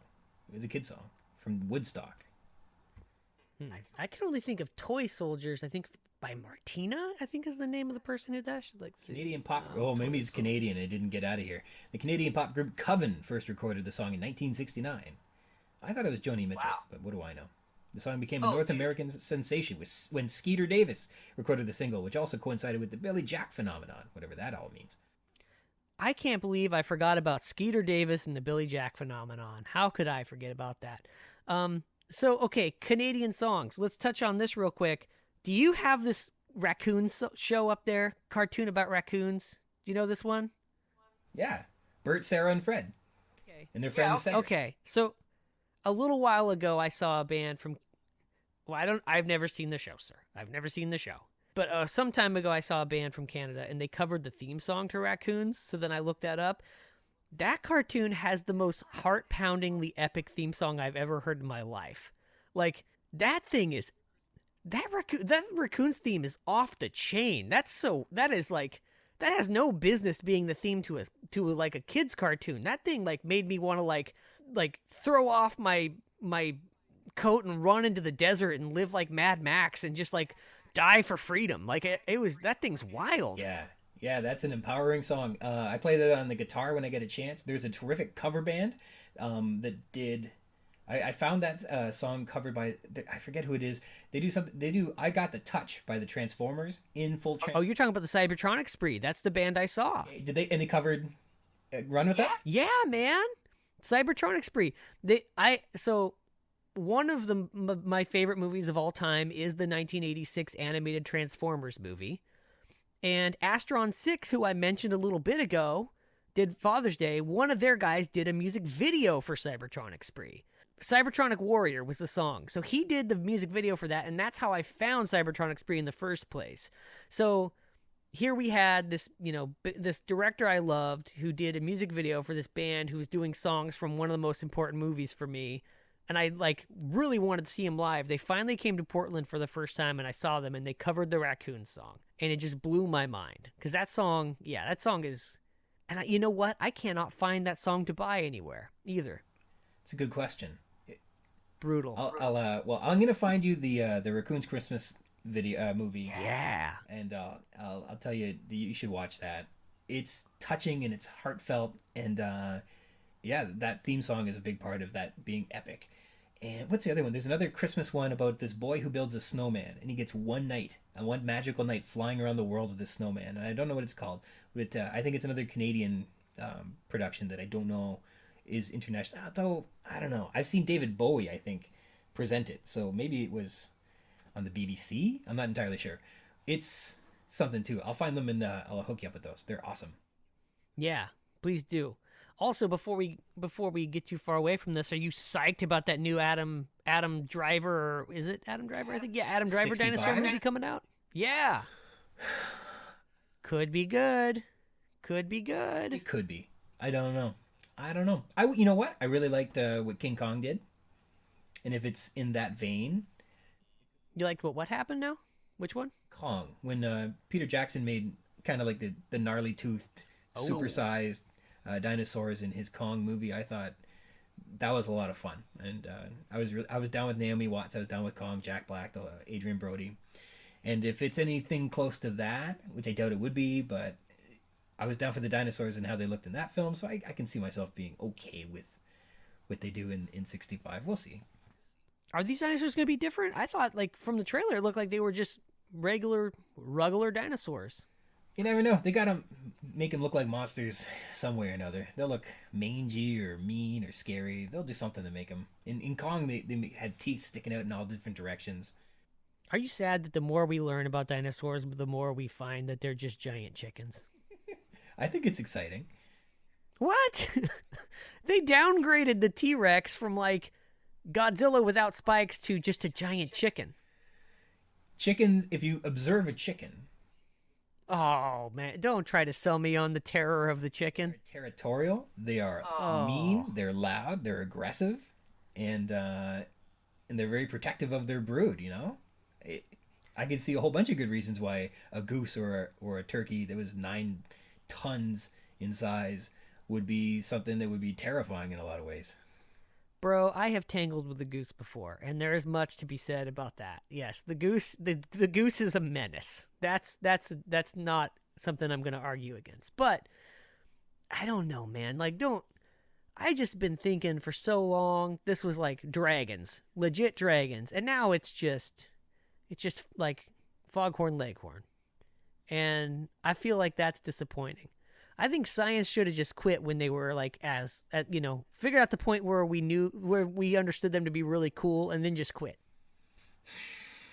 Well, consider that they might be more like a harpy eagle or like a cassowary as opposed to a peacock or something like that. Although I'm sure they're all different types.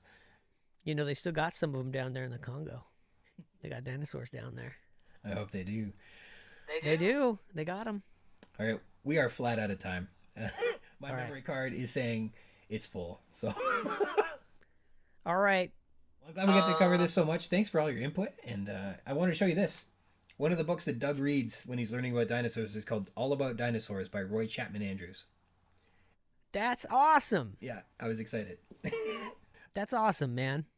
Mine's super old. His was brand new. I don't know where you find. This is like super out of date, and they had like a mint edition. You've had that for how many years?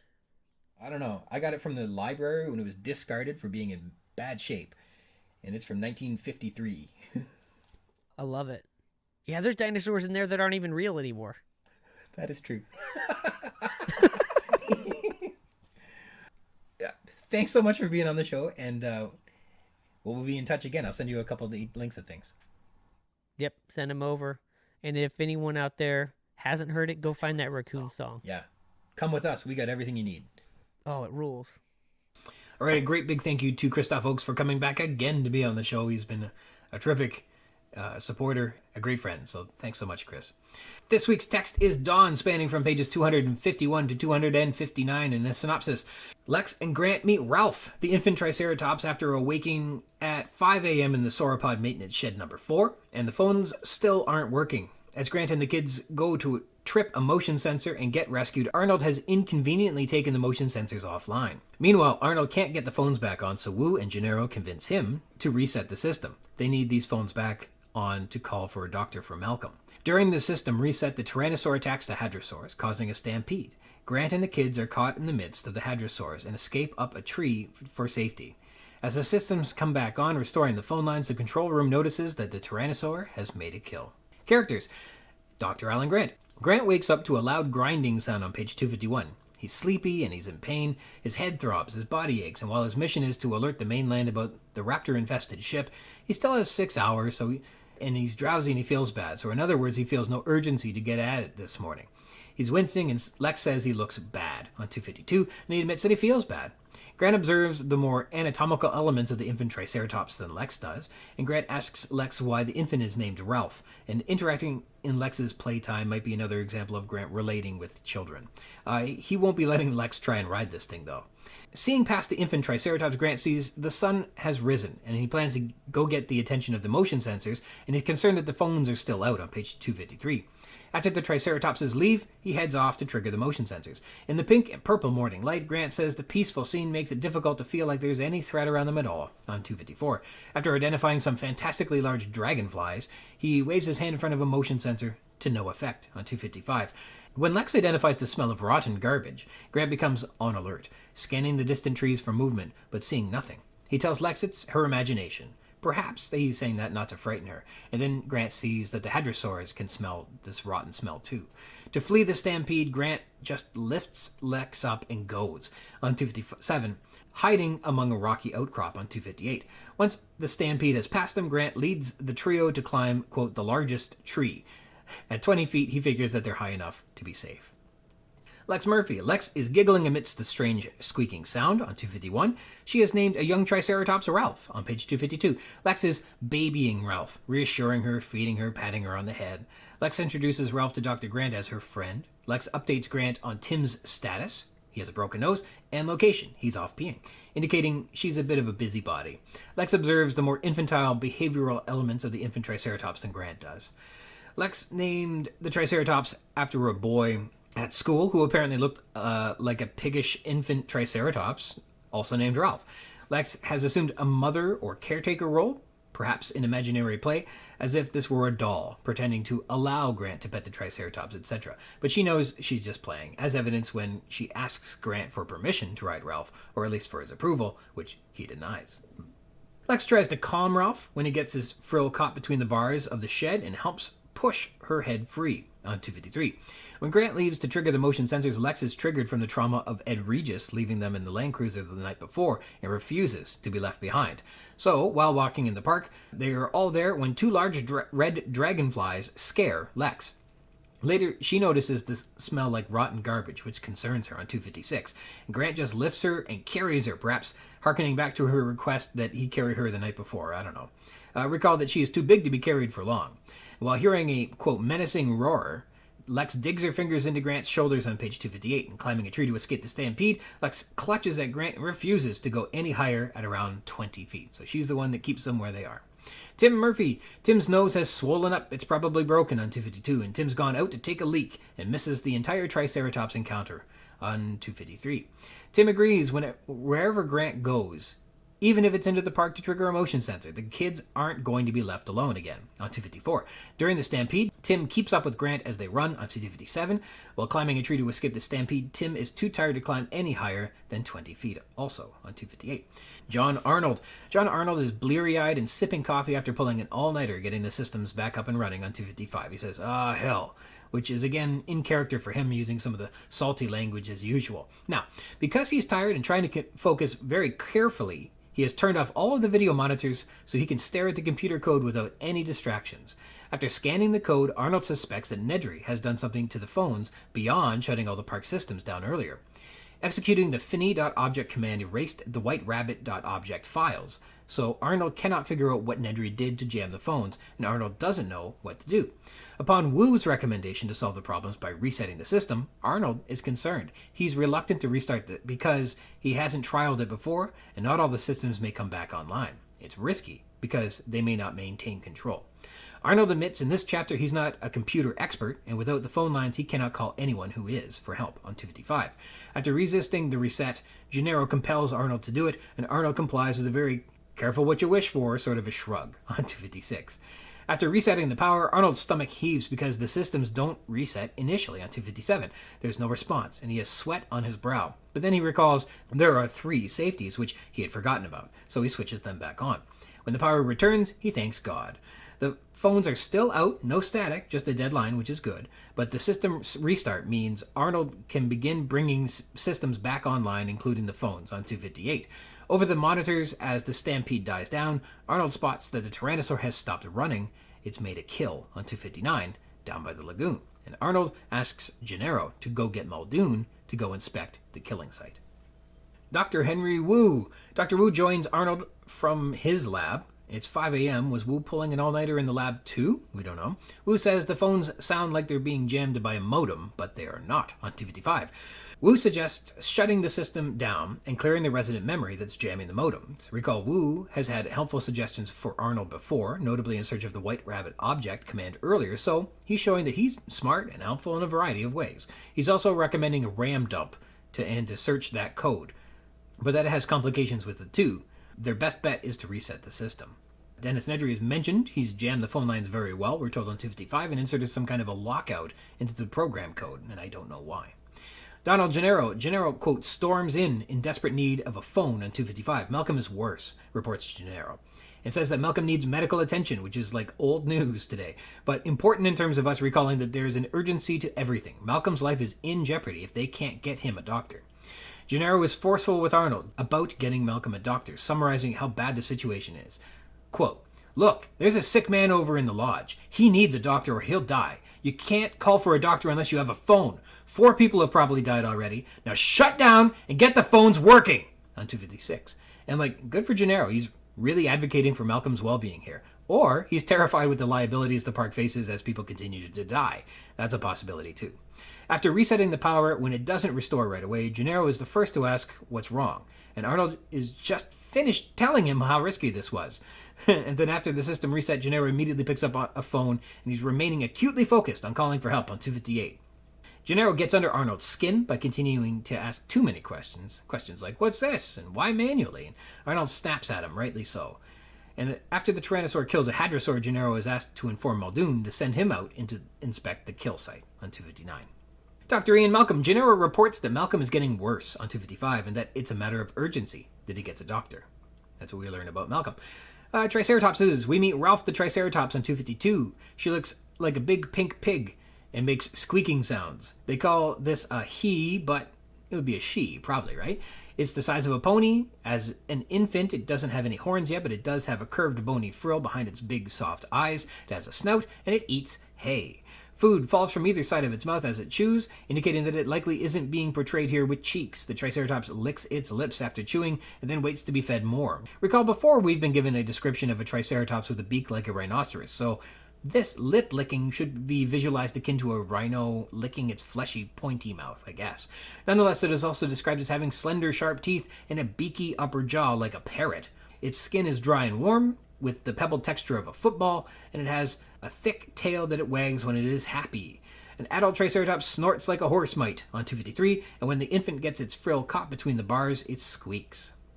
The adult is so big it casts a shadow enveloping the infant, and its leg is thicker than a tree trunk. Its feet have 5 curved toenails like an elephant's. The adult has a 6-foot-long head with 3 long white horns, 2 above the eyes and 1 above the nose, and they have brown eyes, according to Crichton.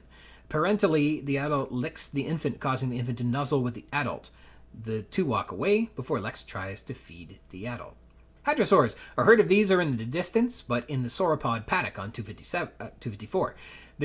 They are large and eating foliage from trees at the edge of the lagoon. Some stand knee-deep in the lagoon and have flat heads. When they look around, their heads, quote, swivel, and they have a baby with them, too. As mentioned back on page 150, there are infant hadrosaurs in the herd, and the infants return here too. They squeak and scramble, never venturing far from the adults.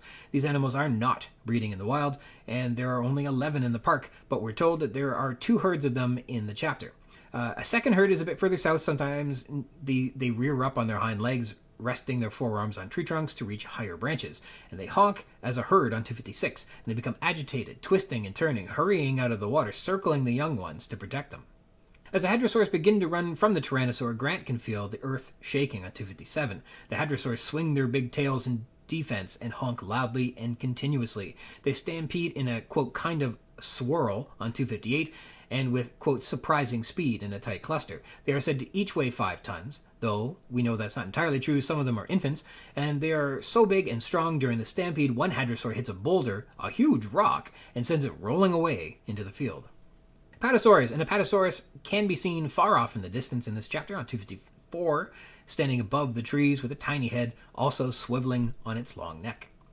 Tyrannosaurus. With a roar, the Tyrannosaur bursts from the trees 50 yards away near the lagoon on 256. It is preceded by a rotten stench betraying its proximity. This is a callback to the rotten stench of carnivores that was mentioned a few times earlier in the novel. It rushes across the open field with huge strides towards the hadrosaurs. Recall, in episode 29, Big Rex, the Tyrannosaur covers 30 yards in 4 bounding steps on page 148, or 7 steps per yard while bounding. These are huge strides, perhaps even greater than 7 yards each, maybe. In any case, at even 7 yards apace, she's spanning 50 yards in 7 steps. In glimpses, Grant can see the Tyrannosaur lunging at the hadrosaurs on 257, and we learn that it has killed something by the lagoon on 259. Localities. The sauropod maintenance building. This is a maintenance building filled with stacks of hay and supplies, which appear to be labeled sauropod maintenance building number 4 on 251. It's filled with automated mechanical equipment, which delivers hay bales to the feed troughs. A loud grinding sound accompanies mechanical clanking as a conveyor belt automatically distributes hay bales, raising them up out of the basement storage and through the ceiling, presumably into a feeding trough on 251. And it's a concrete building with a concrete floor. The sauropod maintenance building number 4 label confirms to Grant that they are in the sauropod paddock. This label is on a gray metal box hanging on the wall, which is where the phone is located. And these buildings have landline telephones, but the telephones are still on the fritz. It has several rooms, as indicated by Grant having to go around a corner to discover Lex feeding Ralph.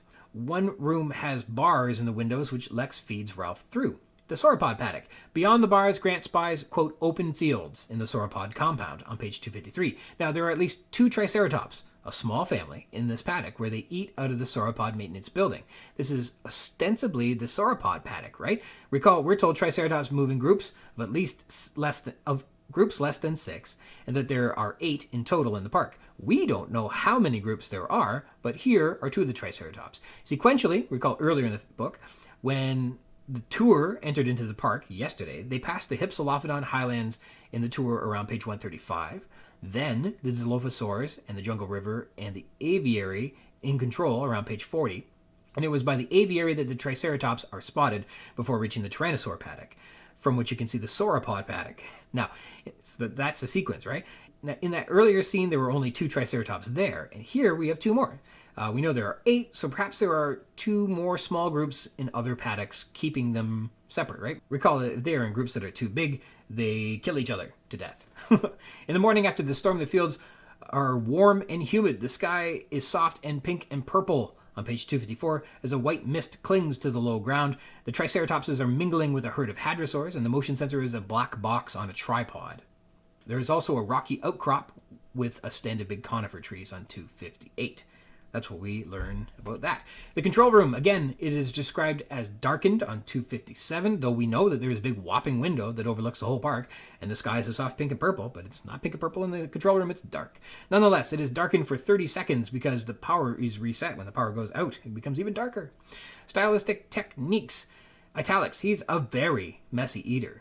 On 252 suggests Lex. She's adding emphasis here, as if she's become the authority on infant Triceratopses and is now informing Grant all about them. It's cute and what kids might do. Then turn the goddamn safety systems off, yells Gennaro, obviously frustrated that he's not being heard. On 256, this is a life and death situation, and it's time to get the job done. So good for Gennaro. Colon. It was morning. Colon. He had slept the whole night. On 251. Here the colon sort of acts like a sleeping bag, where the bag is the statement. It was morning. But inside the sleeping bag is the realization that Grant has slept the whole night, which is kind of a surprise. The colon here introduces a statement or an explanation rather than a list. The head came down into view. Colon. 6 feet long, with 3 long white horns, one above each of the large brown eyes, and a smaller horn at the tip of the nose. On 253. Again, a colon is a great tool for presenting a list, and in this case, the head comes down, and we get a colon, and then a list of the Triceratops's head features, so an effective colon. So, just reset. Colon. Shut the system down, and you'll clear the memory. On 255. Here, the colon presents an explanation, as colons are wont to do. Semicolon. Here, quote, he was exhausted, semicolon. He'd been working for 12 hours straight. On 255. The semicolon here sticks 2 related clauses together in a very cause and effect sort of way, so that works for me.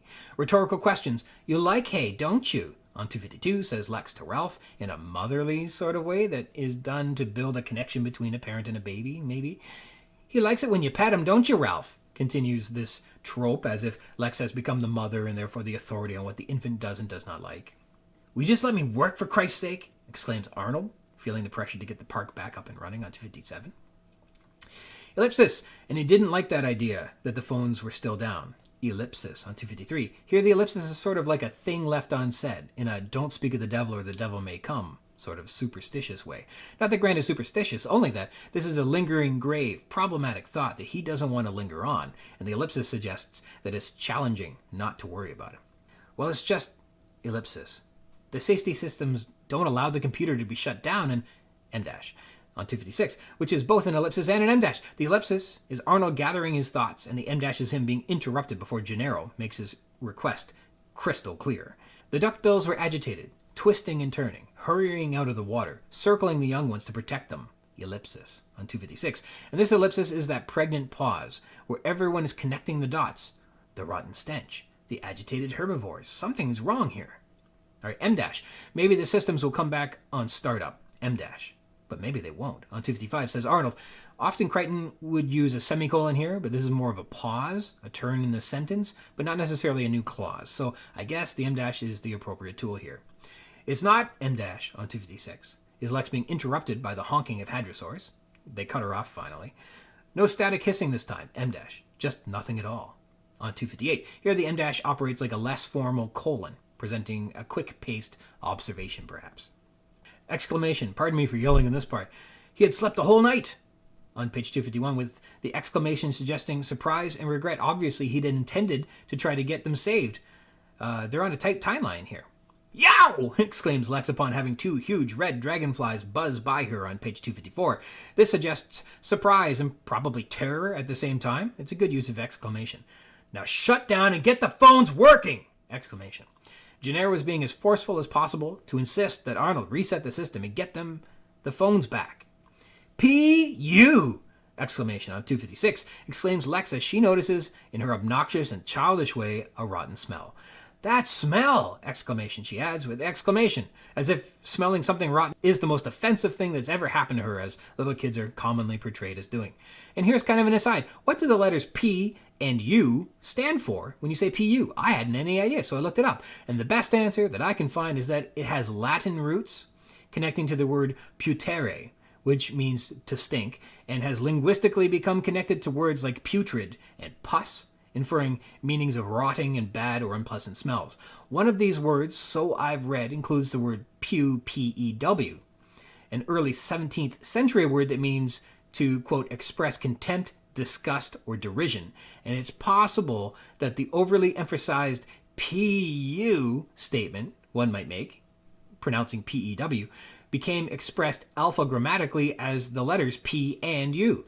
The meaning remains the same. You stink, but the expression has evolved over the centuries as language happens to do. Dost thou expiate thine wonder, or merely mobble thine face with mated thoughts? I don't even know what that means, but language has evolved from there, so thank goodness. I told you! On 257, exclaims Lex again, as the Tyrannosaur bursts toward the Hadrosaurs, revealing that she was correct that the smell wasn't her imagination. Lex is becoming the most exclamatory character in this novel. Nobody listens to me, she says, exclamation mark. Come on, kids. On 257 adds Grant. Now they're shouting and running as part of this emerging stampede. Metatext. In this chapter, as my terrific guest from episode 16, Malcolm Dr. David Homan laughed, there are a number of carefully detailed systems schematics of computer screens that are laughably detailed compared to some of the half-baked dinosaur details that are in this novel, as if Crichton really knew more about computers than he did about the subject of his novel, Dinosaurs. Well, we get the first of many screen displays as a piece of text on page 257, the Jurassic Park system startup. It's in a new font size. There appears to be a flow chart, and everything is displayed in outlined boxes.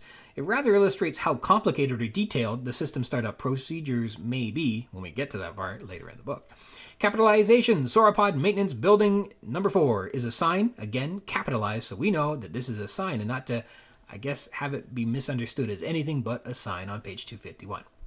Literary techniques. We have some similes. His head throbbed and his body ached as if he had been beaten up. Suggests that he's finding bruises and tender spots where he's been struck and harmed, and this is distinctly not suggested to be as if he had been working out and you're swollen and sore, or played football like a game and you're achy after that, but rather you're beaten up like you were attacked. So the simile extends the concept that he was attacked and it was not consensual. So that's good.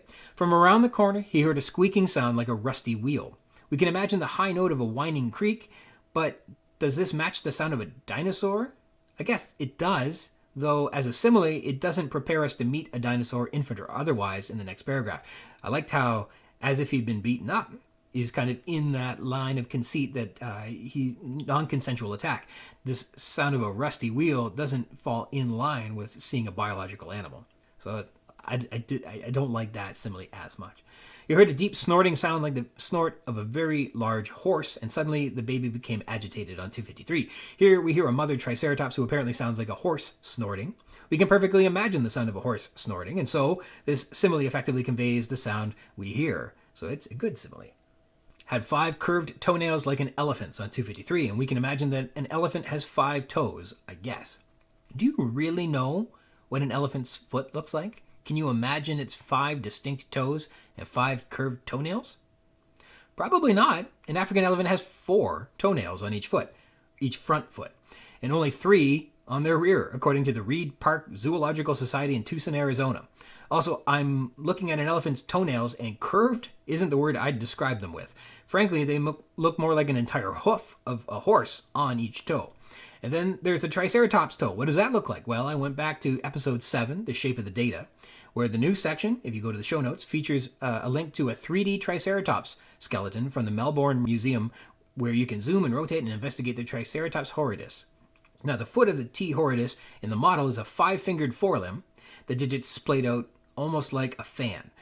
How that looked covered in foot meat, I don't know, but definitively it has 5 toes. Do they all appear distinct enough to have warranted a claw or a toenail each? Probably. As for the hind limb, it has 4 toes. Positively. Again, all distinct, all likely warranting a toenail or claw of their own. So, in any case, this simile of Crichton's doesn't really match up. If this is a 5-toed forelimb of a Triceratops, it wouldn't have looked like an elephant's because it has 5 distinct fingers and claws, whereas an elephant only has 4. And they're more likely kernels in a cob of corn than they are like curved claws. Also, nothing about an elephant's actual foot looks like what's described by Crichton. That said, skeletally, if you look at an elephant's foot bones, yeah, it sort of does look like a Triceratops' skeletal foot bones. So who am I to judge? I don't know. But let's be clear, though. Even if a Triceratops foot, in fact, looked like an elephant's foot doesn't have 5 curved toenails. That I can confirm. Sometimes researching these similes, it gets silly. It stinks like rotten garbage, says Lex of the smell around her, which we can all relate to, especially consider the tale from episode 4, Punta Arenas, featuring my excellent guest and buddy Rob, as we regaled you with the tale of taking out the garbage during the City of Windsor's 101-day city workers' strike back in 2009. Yeah, the smell of rotten garbage has its side effects. We'll put it at that. The sound of the approaching herd was deafening, like the sound of jets at an airport on 258, which is a great simile. We all know how damned loud airplane can be, the tremendous roaring of their incredible engines. As Lex screams, we can hear her over the noise. This only adds to the confusion and madness, and it's great. Movie adaptations. I've heard you can find images and perhaps some descriptions that Ralph was going to be in Spielberg's Jurassic Park, and they even produced a puppet or a sculpture. It was cut from the script, but I've overheard that Lex was going to ride this thing at some point. So, Ralph, she or he, was apparently present in some adaptation of the script and popular enough that Stan Winston's studio produced a puppet, but didn't make the final cut. C'est dommage, as the French fans of the movie might say.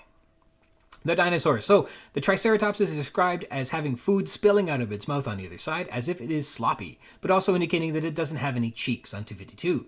I've heard a fairly rational idea that herbivores, dinosaur herbivores, wouldn't have been sloppy eaters. They were massive. If there were anything that they could do efficiently, it was likely consume, digest, and metabolize food in exceptional upscaled ways. There's no other explaining multiple-ton herbivore surviving for millions of years. The Triceratops, quote, licks its lips after chewing and then waits to be fed more. So it doesn't have cheeks, but it has lips? Also, Triceratops has a distinct beak, likely keratinous similar to a bird's, perhaps not as hooked and tactile as a parrot's beak, but you get the idea. I don't think it had lips to lick. Might it have had a long prehensile tongue that it might have licked with? Well, as an accomplished herbivore, it's entirely likely that it had a tongue that could help it collect and retain vegetation. Cattle have this, parrots have this. I think ceratopsians could have had very useful tongues for sure. Why not? Nonetheless, it also describes as having slender, sharp teeth and a beaky upper jaw like a parrot. It's like Crichton's anatomical descriptions aren't too off base, but his behavioral inventions don't match what he's describing. The food falling out and it's licking its lips. He describes the animal correctly, but then he makes it behave unusually. The Triceratops has a thick tail that wags when it's happy as Grant pets it, which is a clear dog analog. Again, the animal behavior Crichton imbues his dinosaurs with is modeled closely after mammals. The adult Triceratops licks the infant, like some mammals do to ingratiate themselves and socialize with their offspring. This is a very mammalian interpretation again, this being like something a cat or a dog might do. I looked it up and found that some geckos and bearded dragons lick each other. Geckos apparently sense the world around them through their tongues. Bearded dragons do this and apparently can sense pheromones for mating, mark their territory, and measure temperatures with their tongues as well. But that said, the Triceratops is still exhibiting very mammalian characteristics, and I prefer my big non-avian dinosaurs to be a little stranger than the familiar mammalian examples around us today. Timeline. Soft light shines through the windows, indicating it is morning. 5 a.m. by Grant's watch on 251. They still have 6 hours until the boat infested with raptors reaches the mainland, and that is important to their mission. Don't forget that part. Park management. Okay, this is a very strange predicament. But I think I'm reading this correctly. Grant has marched out to a motion sensor, but it doesn't seem to be working on 255. Now, is the motion sensor supposed to say, "Hi, Grant, I'm working," to him? I don't know, but he can tell. He can tell it's not working, and supposes that it has something to do with the phones still being down too. But it's not because of the phones. We immediately flash to the interior of the control room where John Arnold is carefully studying the computer code, and to avoid distractions, he has, quote, taken all the video monitors offline on 255. So this reads as following. Arnold didn't just turn the monitors in the control room off to avoid distractions. He took all the video monitors in the park offline. This is why Grant isn't picked up by the video monitor, because they are offline per Arnold's decision, so he could focus on the computer code. This is while they're supposedly searching for additionals in the park, i.e. Grant and the kids. So that's not the most seamless of plotting, but it explains why Grant isn't being found on the monitor. That's a really lousy plot point, right? It's not a plot hole, but it's just a gross contrivance of the plot to fit the story. In another moment that's actually pretty good, in terms of the system's design, Crichton has included a precise detail that in the event of a reset, expecting that there's a problem somewhere in the system, it requires a startup to be done manually to prevent a failure loop. I think that's a pretty good detail. So you get the good with the bad. But that being said, there are a couple contrivances and plot in this chapter that I've got problems with. So, the plotting in this story gets a bit sticky after the Tyrannosaur attack. Grant, who is desperate to get them rescued, falls asleep at 9 p.m. When's the last time you went to bed at 9? And sleeps all night on a concrete floor. When's the last time you slept on a concrete floor, undisturbed, all night? Okay, so we'll go with that. That's fine. Unbelievable, but okay. Next, Arnold, who's counting on the motion sensors to find the missing people. He takes the motion sensors offline so he can study the code without distraction. Yikes. Okay, in a more realistic world, they should have found Grant and the kids last night by like 9:30 p.m. And through some contrivance of plot, Grant sleeps away the night, and then Arnold takes the motion sensors offline so our adventures through Jurassic Park can continue. We like that, I guess, but it's a little imperfect. It's worth noting. Second, Nedry has jammed the phone lines. There doesn't appear to be any good reason for this, and he's jammed them very well. And this helps bring the park into chaos later, which is good in terms of us having a book that we love. But why did Nedry jam the phones? What part of his plan required that, beyond turning off all the security measures, that he also jam the phone lines? It's just another contrivance of plot, and it happens because reasons, Third, here's a bit of an issue with, all of us, we all had when we read this novel. There are two big red dragonflies with 6-foot wingspans, which Grant explains as being, quote, the Jurassic was a time of huge insects on 254. While Grant isn't wrong, what, did InGen clone the DNA of dragonflies and bring them back as well? Is this exciting? What these dragonflies are doing here, I have no idea. And I'm fairly confident they not only don't belong, but they stick out like a sore thumb and sort of ruin the entire concept of the park. But hey, here they are. The most famous giant dragonfly is called Meganeura. Though the insect was from 150 million years before the Jurassic period in the Carboniferous and had a wingspan of about 70 centimeters, which is like 2.5 feet. So that's not likely this critter that Crichton is referring to. It's too old and it's too small. Frankly, a 6-foot wingspan on a dragonfly is unheard of. This is a meter longer than any known fossil dragonfly, but cool, I guess.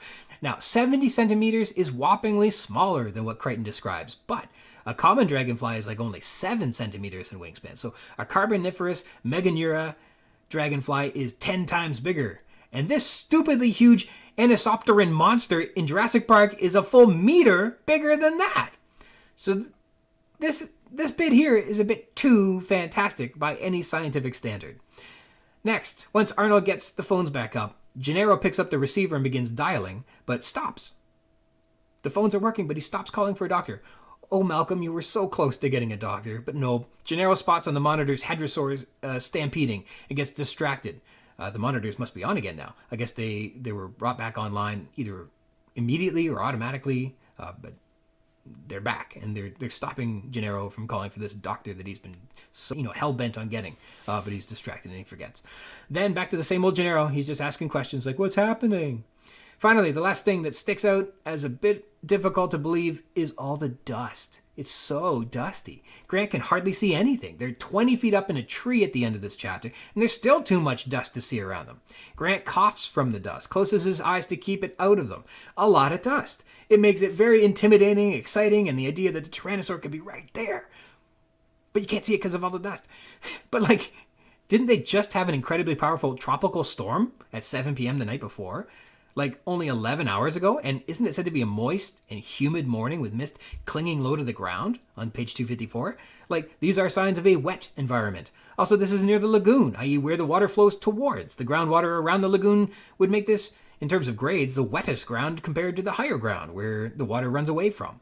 I guess what I'm saying is after a huge tropical storm down by the lagoon on a humid morning, it shouldn't be this dusty. That's all I'm saying. But don't let that bother you from, an exciting stampede. It's good. And let's compare this to the movie a bit. There are a lot of similarities here. So much of what happens in the control room in this chapter in the film happens as well in a scene called Shutdown, I think. So here are the similarities. The scene occurs the next morning after the attacks. Grant and the kids have spent the night together, and the control room is still trying to get the park back up and running, but there have been problems. That is the same in the book and the movie. Grant and the kids meet some dinosaurs in the park and continue their journey through the jungle. People in the control room debate whether or not to reset the system to restore the telephones. Arnold requires some convincing to go through with the reset, voicing his concerns that this is a risky option. He admits that they've never reset before, and there's no certainty the system will return properly. Arnold has to be snapped at to get his attention and to do the hard thing to save them all. Arnold does reset the system and the power goes dark. And there are 3 safety switches with latch covers. That's the same. Then there's a terrific stampede after the Tyrannosaur attacks the herd and the T-Rex kills one of the animals. But of course there are some differences. Rather than Hadrosaurs, Apatosaurs, and Triceratops, as we get in the book, Grant and the kids meet a Brachiosaurus in the treetops and then discover a raptor nest at the bottom of the tree. Rather than Wu, Gennaro, and Arnold arguing in the control room, it's Sattler, Arnold, Hammond, and Muldoon in the film. In the novel, Gennaro is fighting with Arnold to get Malcolm a doctor because he's in really bad shape. In the film, they're just trying to stop the dinosaurs from attacking people, I think. Hammond instructs Arnold to do this, and Arnold is dead set against doing it, whereas it was Wu's idea in the novel, and Gennaro's forceful advocacy on Malcolm's behalf that gets Arnold to listen. Muldoon brings up the lysine contingency for some reason in the film, which is vehemently dismissed by Hammond. Hammond is very focused on saving people's lives, which makes him opposed to the lysine contingency? I don't quite understand that part. Arnold says, "Hold on to your butts," which we all love. But he doesn't say that in the novel. In the novel we get, "You asked for it, you got it." That's a good line too. Then the power resets, but it trips a circuit breaker and they have to restore power manually. While the power is out, Hammond insists that everyone go to the emergency bunker until Arnold returns and gets the systems back online. But in the novel, this is when they wind up running on auxiliary power, which becomes a big issue later, but that's not a concern in the film whatsoever. The stampede is by a herd of hadrosaurs. Recall there were only 11 hadrosaurs, some of them juveniles, whereas in the film it was Gallimimus, and there were easily 24 of them in that scene, so the novel has much different dinosaurs and many fewer dinosaurs. And in the novel, Control is fully aware of the stampede. I think in the movie it goes unnoticed by the park admin. They're all running into a bunker, and the manual override hasn't been performed yet. And one last thing, if we're all building a map, here's part of our island layout. The sauropod maintenance building number 4 is an automated feed trough filled with supplies and feed. I believe the parentheses in the numeral 4 suggest that this isn't necessarily the 4th maintenance building in the sauropod paddock, but rather the 4th maintenance building in a series of low concrete sheds throughout the park. And I'm surprised that, our heroes haven't really gone very far into the park. There has always been this feeling like they've traveled so far, but really, they escaped into the Tyrannosaur paddock, exited the Tyrannosaur paddock into the sauropod paddock, and then spent the night in the maintenance shed. The next morning, they're still by the lagoon where they were yesterday, right? They're not much further from that at all. We end this chapter only about 50 yards away from the maintenance shed where they spent the night, 20 feet up a tree. So they haven't actually gone very far since the attack last night, although it feels like they've gone so far through the park already. I guess exiting one entire paddock is pretty good. All right, I want to thank again my special guest today, Kristoph Ochs. Kris, thanks so much for everything. You've been a great guest on the show since the beginning, a great supporter. Thank you so much. And I want to sign off today thanking everyone else for joining me, whether you've been here for one episode or all of them. Thank you so much. If you want to read along in the book, add some thoughts to what we've been discussing on the show, or be a guest on the show and chat with me about anything you like about Jurassic Park, you can do that by connecting with me at ryansrogers@gmail.com. And if you'd like to be a guest, drop me a line. We can try and set something up. We can rehash and tear down and gush over and chit-chat about any part of the book, or also not the book, all you'd like. The Jurassic Park-Cast is a part of the Spring Chicken's banner of amateur intellectual properties, including the Spring Chicken's Funny Pages, Tomb of the Undead graphic novel, the Second Lapse graphic novelettes, The Infantry, and the worst of them all, the King Street Capers. And you can find links to all that baggage in the show notes or by visiting the schickens.blogspot.com, or finding us on Facebook at facebook.com/springchickencapers. For me, I'm on Twitter at RogersRyan22.